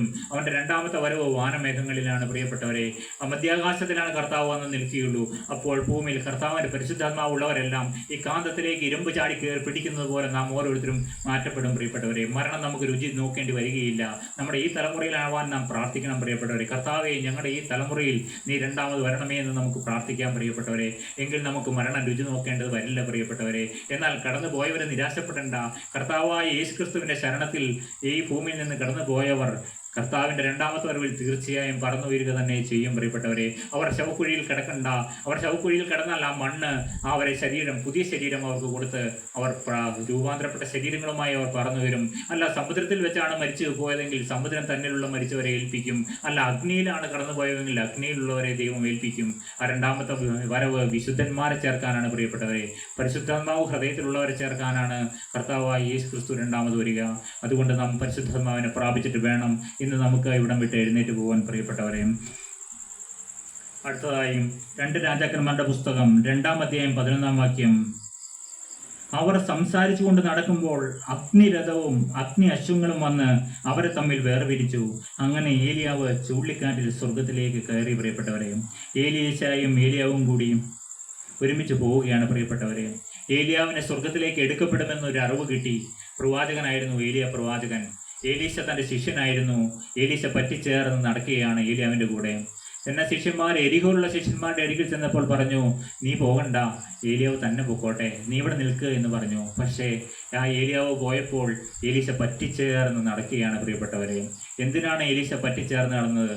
ഏലിയാവിൻ്റെ മേലുള്ള ആത്മാവിൻ്റെ ഇരട്ടിപ്പങ്ക് പ്രാപിക്കുന്നതിന് വേണ്ടിയാണ് ഏലീശ പറ്റിച്ചേർന്ന് നടന്നത് പ്രിയപ്പെട്ടവരെ. എന്നാൽ ഏലിയാവും അവർ രണ്ടുപേരും സംസാരിച്ചു കൊണ്ട് നടക്കുമ്പോൾ അഗ്നിരഥവും അഗ്നി അശ്വങ്ങളും വന്ന് അവരെ തമ്മിലങ്ങ് വേർതിരിച്ചു. അങ്ങനെ ഏലിയാവ് ചുഴലിക്കാറ്റിൽ സ്വർഗത്തിലേക്ക് കയറി. പ്രിയപ്പെട്ടവരെ, നിങ്ങൾ ചുഴലിക്കാറ്റ് കണ്ടിട്ടുണ്ടോ? ചുഴലിക്കാറ്റിലും സ്വർഗത്തിലേക്ക് കയറി പോകാൻ പ്രിയപ്പെട്ടവരെ. മരണം രുചി നോക്കണ്ട, കർത്താവിൻ്റെ പരിശുദ്ധാത്മാവിൻ്റെ നിറവ് പ്രാപിക്കുക. എന്താണ് ഏലിയാവിൻ്റെ മേലുള്ള ആത്മാവിൻ്റെ ശക്തി നമുക്കറിയാമോ? അവൻ്റെ മേലുള്ള ഒരു പരിശുദ്ധാത്മാവിൻ്റെ ശക്തി ഒരു മൺകൂടാരത്തിൽ ഇറങ്ങുക എന്ന് പറഞ്ഞാൽ എന്താണ് പ്രിയപ്പെട്ടവരെ? നമുക്കത് ഉൾക്കൊള്ളാൻ കഴിയില്ല.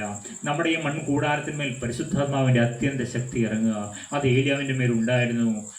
ആയിരങ്ങളെ വെല്ലുവിളിച്ചവനാണ്. തീ കൊണ്ട് ഉത്തരം അറിയവനാണ്. വെള്ളം ഒഴിച്ച് യാഗമർപ്പിച്ച് അതിന്മേൽ വെള്ളം ഒഴിച്ചതിന്മേൽ സ്വർഗത്തിൽ നിന്ന് തീ ഇറക്കിയവനാണ്. സ്വർഗത്തിൽ നിന്ന് തീ ഇറക്കുവാൻ കഴിവുള്ള പരിശുദ്ധാത്മ ശക്തിയുള്ളവനായിരുന്നു ഏലിയാവ്. ആ ഏലിയാവ് സ്വർഗത്തിലേക്ക് കടന്നു പോയിരിക്കുന്നു. മരണം രുചി നോക്കാതെ കടന്നുപോയ 2 പേരാണ് ബൈബിളിൽ പഠിപ്പിക്കുന്നത്. 1 ഹാനോക്കും 2 ഏലിയാവും. ചുഴലിക്കാറ്റിലാണ് പ്രിയപ്പെട്ടവരെ. ചുഴലിക്കാറ്റ് വരുമ്പോൾ യഹോവയുടെ വഴി ചുഴലിക്കാറ്റിലും കൊടുങ്കാറ്റിലും ഉണ്ട് പ്രിയപ്പെട്ടവരെ. അപ്പോൾ ചുഴലിക്കാറ്റുകൾ വരുമ്പോൾ നാം ഭയപ്പെടേണ്ട. ചിലപ്പോൾ നിന്നെ പൊക്കിയെടുത്ത് സ്വർഗത്തിലേക്ക് കൊണ്ടുപോകാനായിരിക്കും പ്രിയപ്പെട്ടവരെ ചുഴലിക്കാറ്റുകൾ ചിലത് വരുന്നത് പ്രിയപ്പെട്ടവരെ. അതുകൊണ്ട് നാം ചുഴലിക്കാറ്റുകൾ അടിക്കുമ്പോൾ നിരാശപ്പെടേണ്ട. ചില ചുഴലിക്കാറ്റുകൾ വന്നാലും നമ്മെ അതിൽ ദൈവത്തിൻ്റെ പ്രവർത്തനം നമുക്ക് കാണുവാൻ കഴിയും. ഏലിയാവിനെ ചുഴലിക്കാറ്റിലാണ് സ്വർഗത്തിലേക്ക് കയറ്റിയത്. അടുത്തതായി പ്രാകൃത മരണം സംഭവിച്ച എല്ലാവരും ഉയർക്കും പ്രിയപ്പെട്ടവരെ. നാം ഈ ഭൂമിയിൽ നിന്ന് മരിച്ചുപോയ സകലരും ഉയർക്കും പ്രിയപ്പെട്ടവരെ. കർത്താവായ യേശു ക്രിസ്തുവിൻ്റെ രണ്ടാമത്തെ വരവിന് ശേഷം വീണ്ടും ഇവിടെ എതിർ ക്രിസ്തുവിൻ്റെ ഭരണമുണ്ട്. അതിനുശേഷം 1000 ആണ്ട് വാഴ്ച, ഇതെല്ലാം നടക്കാനിരിക്കുന്ന സംഭവങ്ങളാണ് പ്രിയപ്പെട്ടവരെ. അതിനുശേഷം കർത്താവ് വീണ്ടും ആശ്ചര്യമായിട്ട് ഈ ഭൂമിയിലേക്ക് വീണ്ടും വരും പ്രിയപ്പെട്ടവരെ. അന്ന് സകലരും ഉയർക്കും പ്രിയപ്പെട്ടവരെ. നമുക്ക് വായിച്ചു കേൾക്കാം. അപ്പോസ്തല പ്രവർത്തികൾ 24-ാം അധ്യായം 15-ാം വാക്യം. നീതിമാന്മാരുടെയും നീതികെട്ടവരുടെയും പുനരുത്ഥാനം ഉണ്ടാകുമെന്ന് ഇവർ കാത്തിരിക്കുന്ന പോലെ ഞാനും ദൈവത്തിങ്കിൽ ആശ വെച്ചിരിക്കുന്നു. അപ്പോസ്തലനായ പൗലോസ് പറയുകയാണ്, പരിശുദ്ധാത്മാവിലാണ് പറയുന്നത്, നീതിമാന്മാരുടെയും നീതികെട്ടവരുടെയും പുനരുത്ഥാനം ഉണ്ടാകുമെന്ന് ഇവർ കാത്തിരിക്കുന്നത് പോലെ ഞാനും ദൈവത്തിങ്കിൽ ആശ വെച്ചിരിക്കുന്നു. അതേ പ്രിയപ്പെട്ടവരെ, സകലർക്കുമുണ്ട് ഒരു ഉയർത്തെഴുന്നേൽപ്പ് പ്രിയപ്പെട്ടവരെ. അടുത്തതായി പ്രാകൃത മരണം സ്വർഗത്തിലില്ല എന്ന് നമുക്ക് കാണുവാൻ സാധിക്കും. പ്രാകൃത മരണം സ്വർഗത്തിലില്ല. അടുത്ത ലൂക്കോസ് 20-ാം അധ്യായം 35-ാം വാക്യം. എങ്കിലും ആ ലോകത്തിനും മരിച്ചവരിൽ നിന്നുള്ള പുനരുത്ഥാനത്തിനും യോഗ്യരായവർ വിവാഹം കഴിക്കുകയുമില്ല, വിവാഹത്തിന് കൊടുക്കപ്പെടുകയുമില്ല. അവർക്കിനി മരിപ്പാനും കഴിയുകയില്ല പ്രിയപ്പെട്ടവരെ.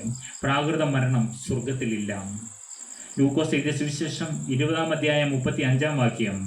എങ്കിലും ഈ ലോകത്തിനും മരിച്ചവരിൽ നിന്നുള്ള പുനരുത്ഥാനത്തിനും യോഗ്യരായവർ വിവാഹം കഴിക്കുകയുമില്ല, വിവാഹത്തിന് കൊടുക്കപ്പെടുകയുമില്ല, അവർക്കിനി മരിപ്പാനും കഴിയുകയില്ല. അതായത് സ്വർഗീയ അനുഭവമാണ് പ്രിയപ്പെട്ടവരെ. അടുത്ത വെളിപ്പാട് പുസ്തകം 21-ാം അധ്യായം 5-ാം വാക്യം. ഇനി മരണം ഉണ്ടാകുകയില്ല, ദുഃഖവും മുറവിളിയും കഷ്ടതയും ഇനി ഉണ്ടാകുകയില്ല. ഒന്നാമത്തേത് കഴിഞ്ഞുപോയി, സിംഹാസനത്തിൽ ഇരിക്കുന്നവൻ ഇതാ സകലവും പുതുതാക്കുന്നു എന്ന് അരുളി ചെയ്തു. അതെ, ഇനി മരണം ഉണ്ടാകുകയില്ല. വെളിപ്പാട് പുസ്തകത്തിൽ പറയുകയാണ് യോഹന്നാന്റെ നാവിൽ കൂടി, ഇനി മരണം ഉണ്ടാകുകയില്ല, ദുഃഖവും മുറവിളിയും കഷ്ടതയും ഇനി ഉണ്ടാകുകയില്ല. ഒന്നാമത്തേത് കഴിഞ്ഞുപോയി, സിംഹാസനത്തിൽ ഇരിക്കുന്നവൻ ഇതാ, ഞാൻ സകലവും പുതുതാക്കുന്നു എന്ന് അരുളി ചെയ്തു. അതേ പ്രിയപ്പെട്ടവരെ, ഇനി മരണം ഉണ്ടാകുകയില്ല, ദുഃഖവും മുറവിളിയുമെല്ലാം കഷ്ടതയും ഇനിയും ഉണ്ടാകുകയില്ല. ഒന്നാമത്തേത് കഴിഞ്ഞുപോയി. സിംഹാസനത്തിൽ ഇരിക്കുന്നവൻ ഇതാ, ഞാൻ സകലവും പുതുതാക്കുന്നു എന്ന് അരുളി ചെയ്തു. അടുത്തതായി നമുക്ക് പ്രാകൃത മരണം, മാനസാന്തരം മൂലമുള്ള വ്യത്യാസത്തിന് ദൃഷ്ടാന്തമുണ്ട് പ്രിയപ്പെട്ടവരെ. അത് റോമർക്കെഴുതിയ ലേഖനം 6-ാം അധ്യായം 2-ാം വാക്യം. പാപസംബന്ധമായി മരിച്ചവരായ നാം ഇനി അതിൽ ജീവിക്കുന്നത് എങ്ങനെ? കൊലോസ്യർക്കെഴുതിയ ലേഖനം 2-ാം അധ്യായം 20-ാം വാക്യം. നിങ്ങൾ ക്രിസ്തുവിനോടുകൂടെ ലോകത്തിന്റെ ആദ്യ പാഠങ്ങൾ സംബന്ധിച്ച് മരിച്ചു എങ്കിൽ ലോകത്തിൽ ജീവിക്കുന്നവരെ പോലെ മനുഷ്യ കൽപ്പനകൾക്കും ഉപദേശങ്ങൾക്കും അനുസരണമായി പിടിക്കരുത്, രുചിക്കരുത്, തുടരുത് എന്നുള്ള ചട്ടങ്ങൾക്ക് കീഴ്പ്പെടുന്നത് എന്ത്? കൊലോസ്യർക്ക് എഴുതിയ ലേഖനത്തിൽ കൂടി പറയുകയാണ്, മാനസാന്തരം മൂലമുള്ള ഒരു വ്യത്യാസം പ്രാകൃത മരണത്തിൽ കാണുവാൻ കഴിയും. പാപസംബന്ധപരമായി മരിച്ചവരായി നാം ഇനി അതിൽ ജീവിക്കുന്നത് എങ്ങനെ? നിങ്ങൾ ക്രിസ്തുവിനോടുകൂടെ ലോകത്തിന്റെ ആദ്യ പാഠങ്ങൾ സംബന്ധിച്ച് മരിച്ചുവെങ്കിൽ, അതേ പ്രിയപ്പെട്ടവരെ, നാം ഓരോരുത്തരും ക്രിസ്തുവിനോടുകൂടെ ക്രൂശിക്കപ്പെട്ടിരിക്കുന്നു. ഇനി ജീവിക്കുന്നത് ഞാനല്ല, ക്രിസ്തു അത്രയും എന്നിൽ ജീവിക്കുന്നത്. നാം ഓരോരുത്തരും ക്രിസ്തുവിനോടുകൂടെ ക്രൂശിക്കപ്പെട്ടവരാണ് പ്രിയപ്പെട്ടവരെ. അടുത്ത പ്രാകൃത മരണം വിവരിക്കുന്നു. ചില കാര്യങ്ങൾ മാത്രം ചിന്തിച്ച് ഇന്നത്തെ വചന ശുശ്രൂഷ നമുക്ക് അവസാനിപ്പിക്കാൻ പ്രിയപ്പെട്ടവരെ. പ്രാകൃത മരണം എന്ന് പറയുന്നത് ബൈബിളിൽ എങ്ങനെയെല്ലാമാണ് വിവരിക്കപ്പെട്ടിരിക്കുന്നത് കൂടി ചിന്തിച്ച് നമ്മുടെ ഇന്നത്തെ ശുശ്രൂഷ അവസാനിപ്പിക്കാൻ പ്രിയപ്പെട്ടവരെ. 1, ഉറക്കം എന്ന് പറയുന്നു. ആവർത്തന പുസ്തകം 31-ാം അധ്യായം 16-ാം വാക്യത്തിൽ യഹോവ മോശയോട് അരുളി ചെയ്തതായിട്ട് കാണാൻ പ്രിയപ്പെട്ടവരെ. വായിച്ചു കേൾക്കാം. യഹോവ മോശയോട് അരുളി ചെയ്തത് എന്തെന്നാൽ, നീ നിന്റെ പിതാക്കന്മാരെ പോലെ നിദ്ര പ്രാപിക്കും. അതേ പ്രിയപ്പെട്ടവരെ, ഉറക്കം എന്നാണ് പറയുന്നത്. പ്രാകൃത മരണം ഉറക്കം പോലെ. യഹോവ മോശയോട് അരുളി ചെയ്തത് എന്തെന്നാൽ, നീ നിന്റെ പിതാക്കന്മാരെ പോലെ നിദ്ര പ്രാപിക്കും.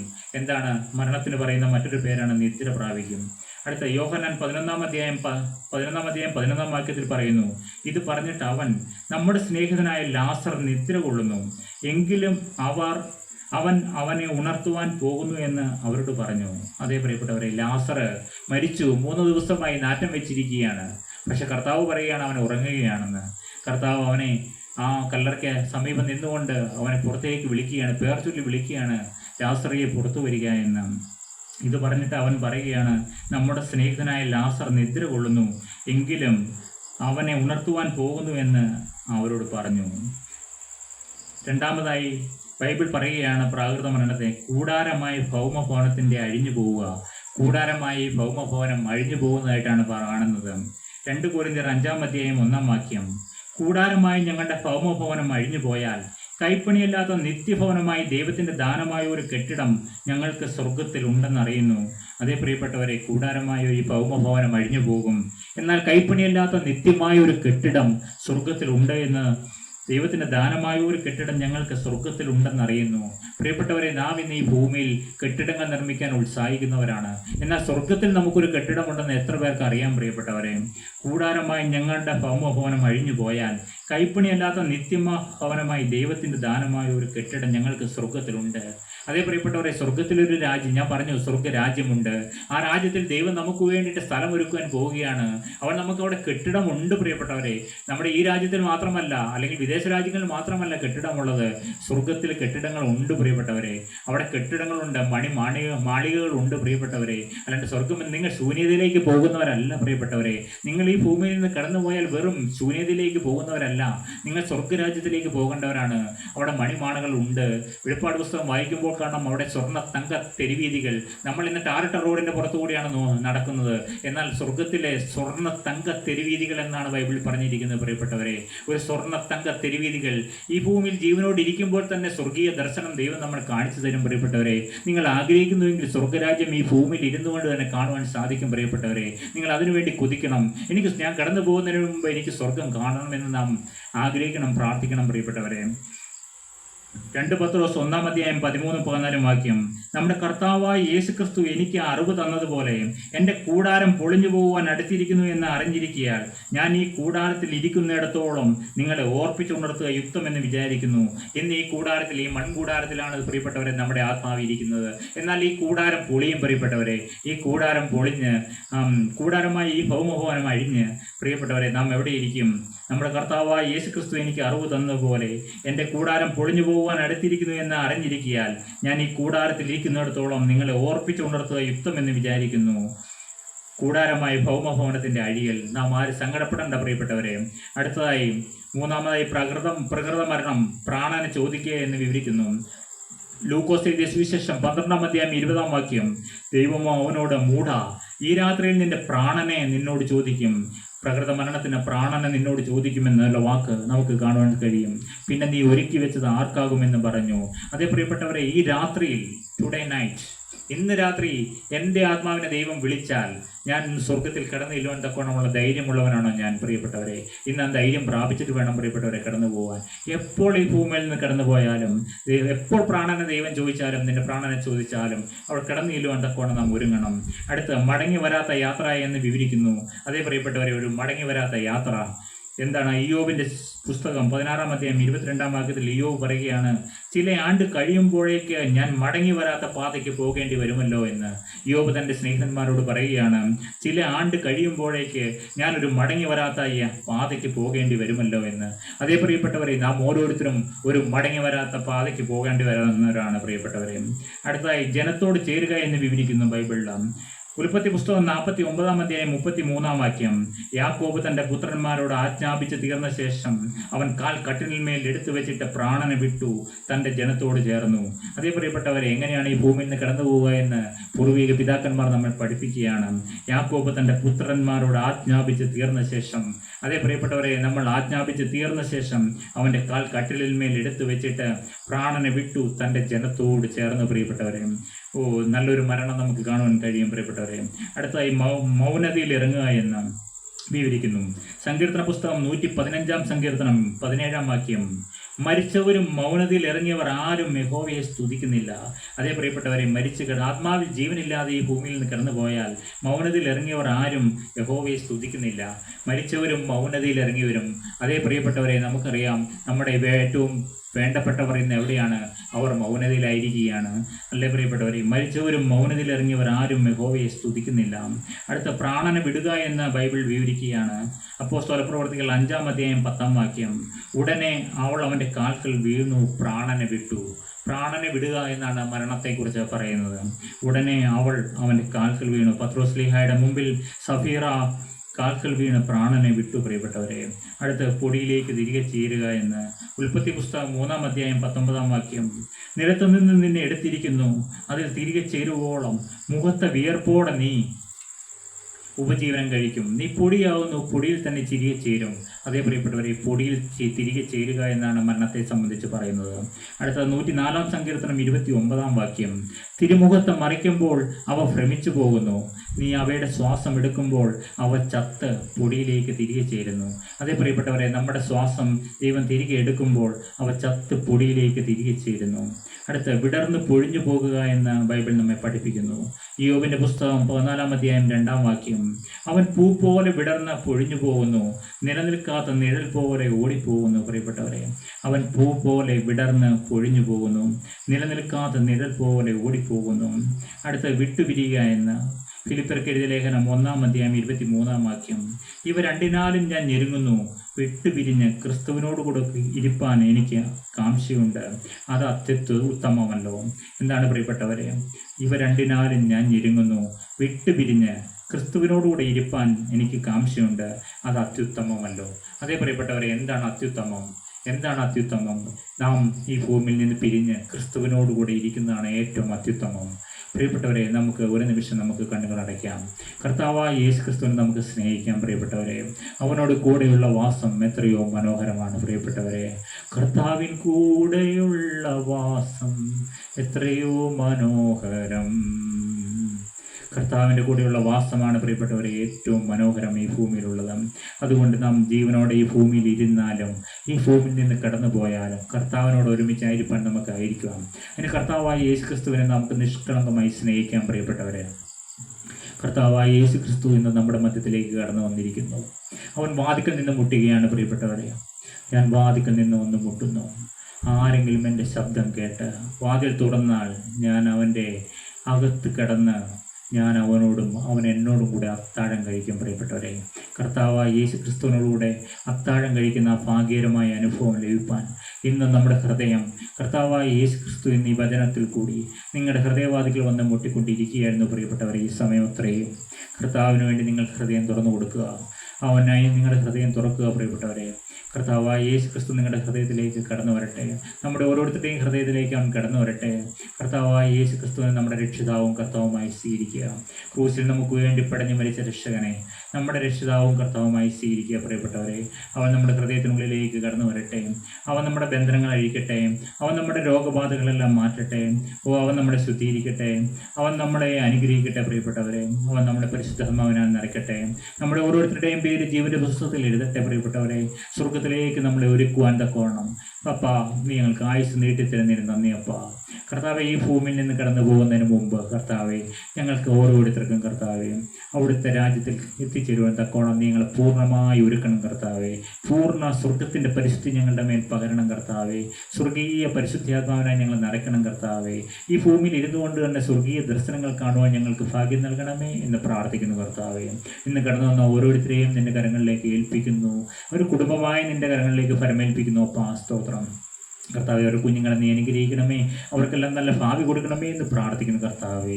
അപ്പം നീ വചനമായി നീ ഞങ്ങളുടെ മധ്യത്തിലേക്ക് ഇറങ്ങി വന്നതിന് നന്ദി. അപ്പ നീ ഞങ്ങളെ സന്ദർശിച്ചതിന് നന്ദി. നിന്റെ വചനത്തിൻ്റെ അത്ഭുത ശക്തി വ്യാപരിച്ചതിന് നന്ദി കർത്താവെ. ഈ വചനം കേൾക്കുന്ന ഓരോരുത്തരെയും നീ അനുഗ്രഹിക്കണമേ എന്ന് പ്രാർത്ഥിക്കുന്നു കർത്താവെ. അവരുടെ എല്ലാ നല്ല ആവശ്യങ്ങളോടും കൂടി ഇരിക്കണമേ എന്ന് പ്രാർത്ഥിക്കുന്നു കർത്താവെ. അനേക രോഗികളായ ഭവനങ്ങളിലായിരിക്കുന്നു കർത്താവെ. നിന്റെ സൗഖ്യമാക്കുന്ന ദൂതനെ ഞങ്ങൾ റിലീസ് ചെയ്യുകയാണ്. അപ്പ ഒരു പൂർണ്ണ സൗഖ്യം ഉണ്ടാകട്ടെ കർത്താവെ. കടഭാരത്താൽ വലഞ്ഞു കഴിയുന്നവരുണ്ടപ്പാ, കടഭാരങ്ങളെല്ലാം മാറട്ടെ കർത്താവെ. ഒരു ഭവനം നിർമ്മിക്കുന്നതിന് വേണ്ടി വർഷങ്ങളായി ആഗ്രഹിച്ച് കഴിയുന്നവരുണ്ടപ്പാ, അവരുടെ എല്ലാം ആഗ്രഹങ്ങൾ ഈ വർഷം തന്നെ നടക്കട്ടെ അപ്പാ. ഹല്ലേലൂയ കർത്താവെ. ഒരു പൂർണ്ണ സൗഖ്യം ജനത്തിൻ്റെ മേൽ വരട്ടെ കർത്താവെ. ഞങ്ങളുടെ ഈ ദേശത്ത് നടക്കുന്ന കർത്താവെ ഞങ്ങളുടെ തെരഞ്ഞെടുപ്പിനെ ഓർത്ത് ഞങ്ങൾ പ്രാർത്ഥിക്കുന്നു കർത്താവെ.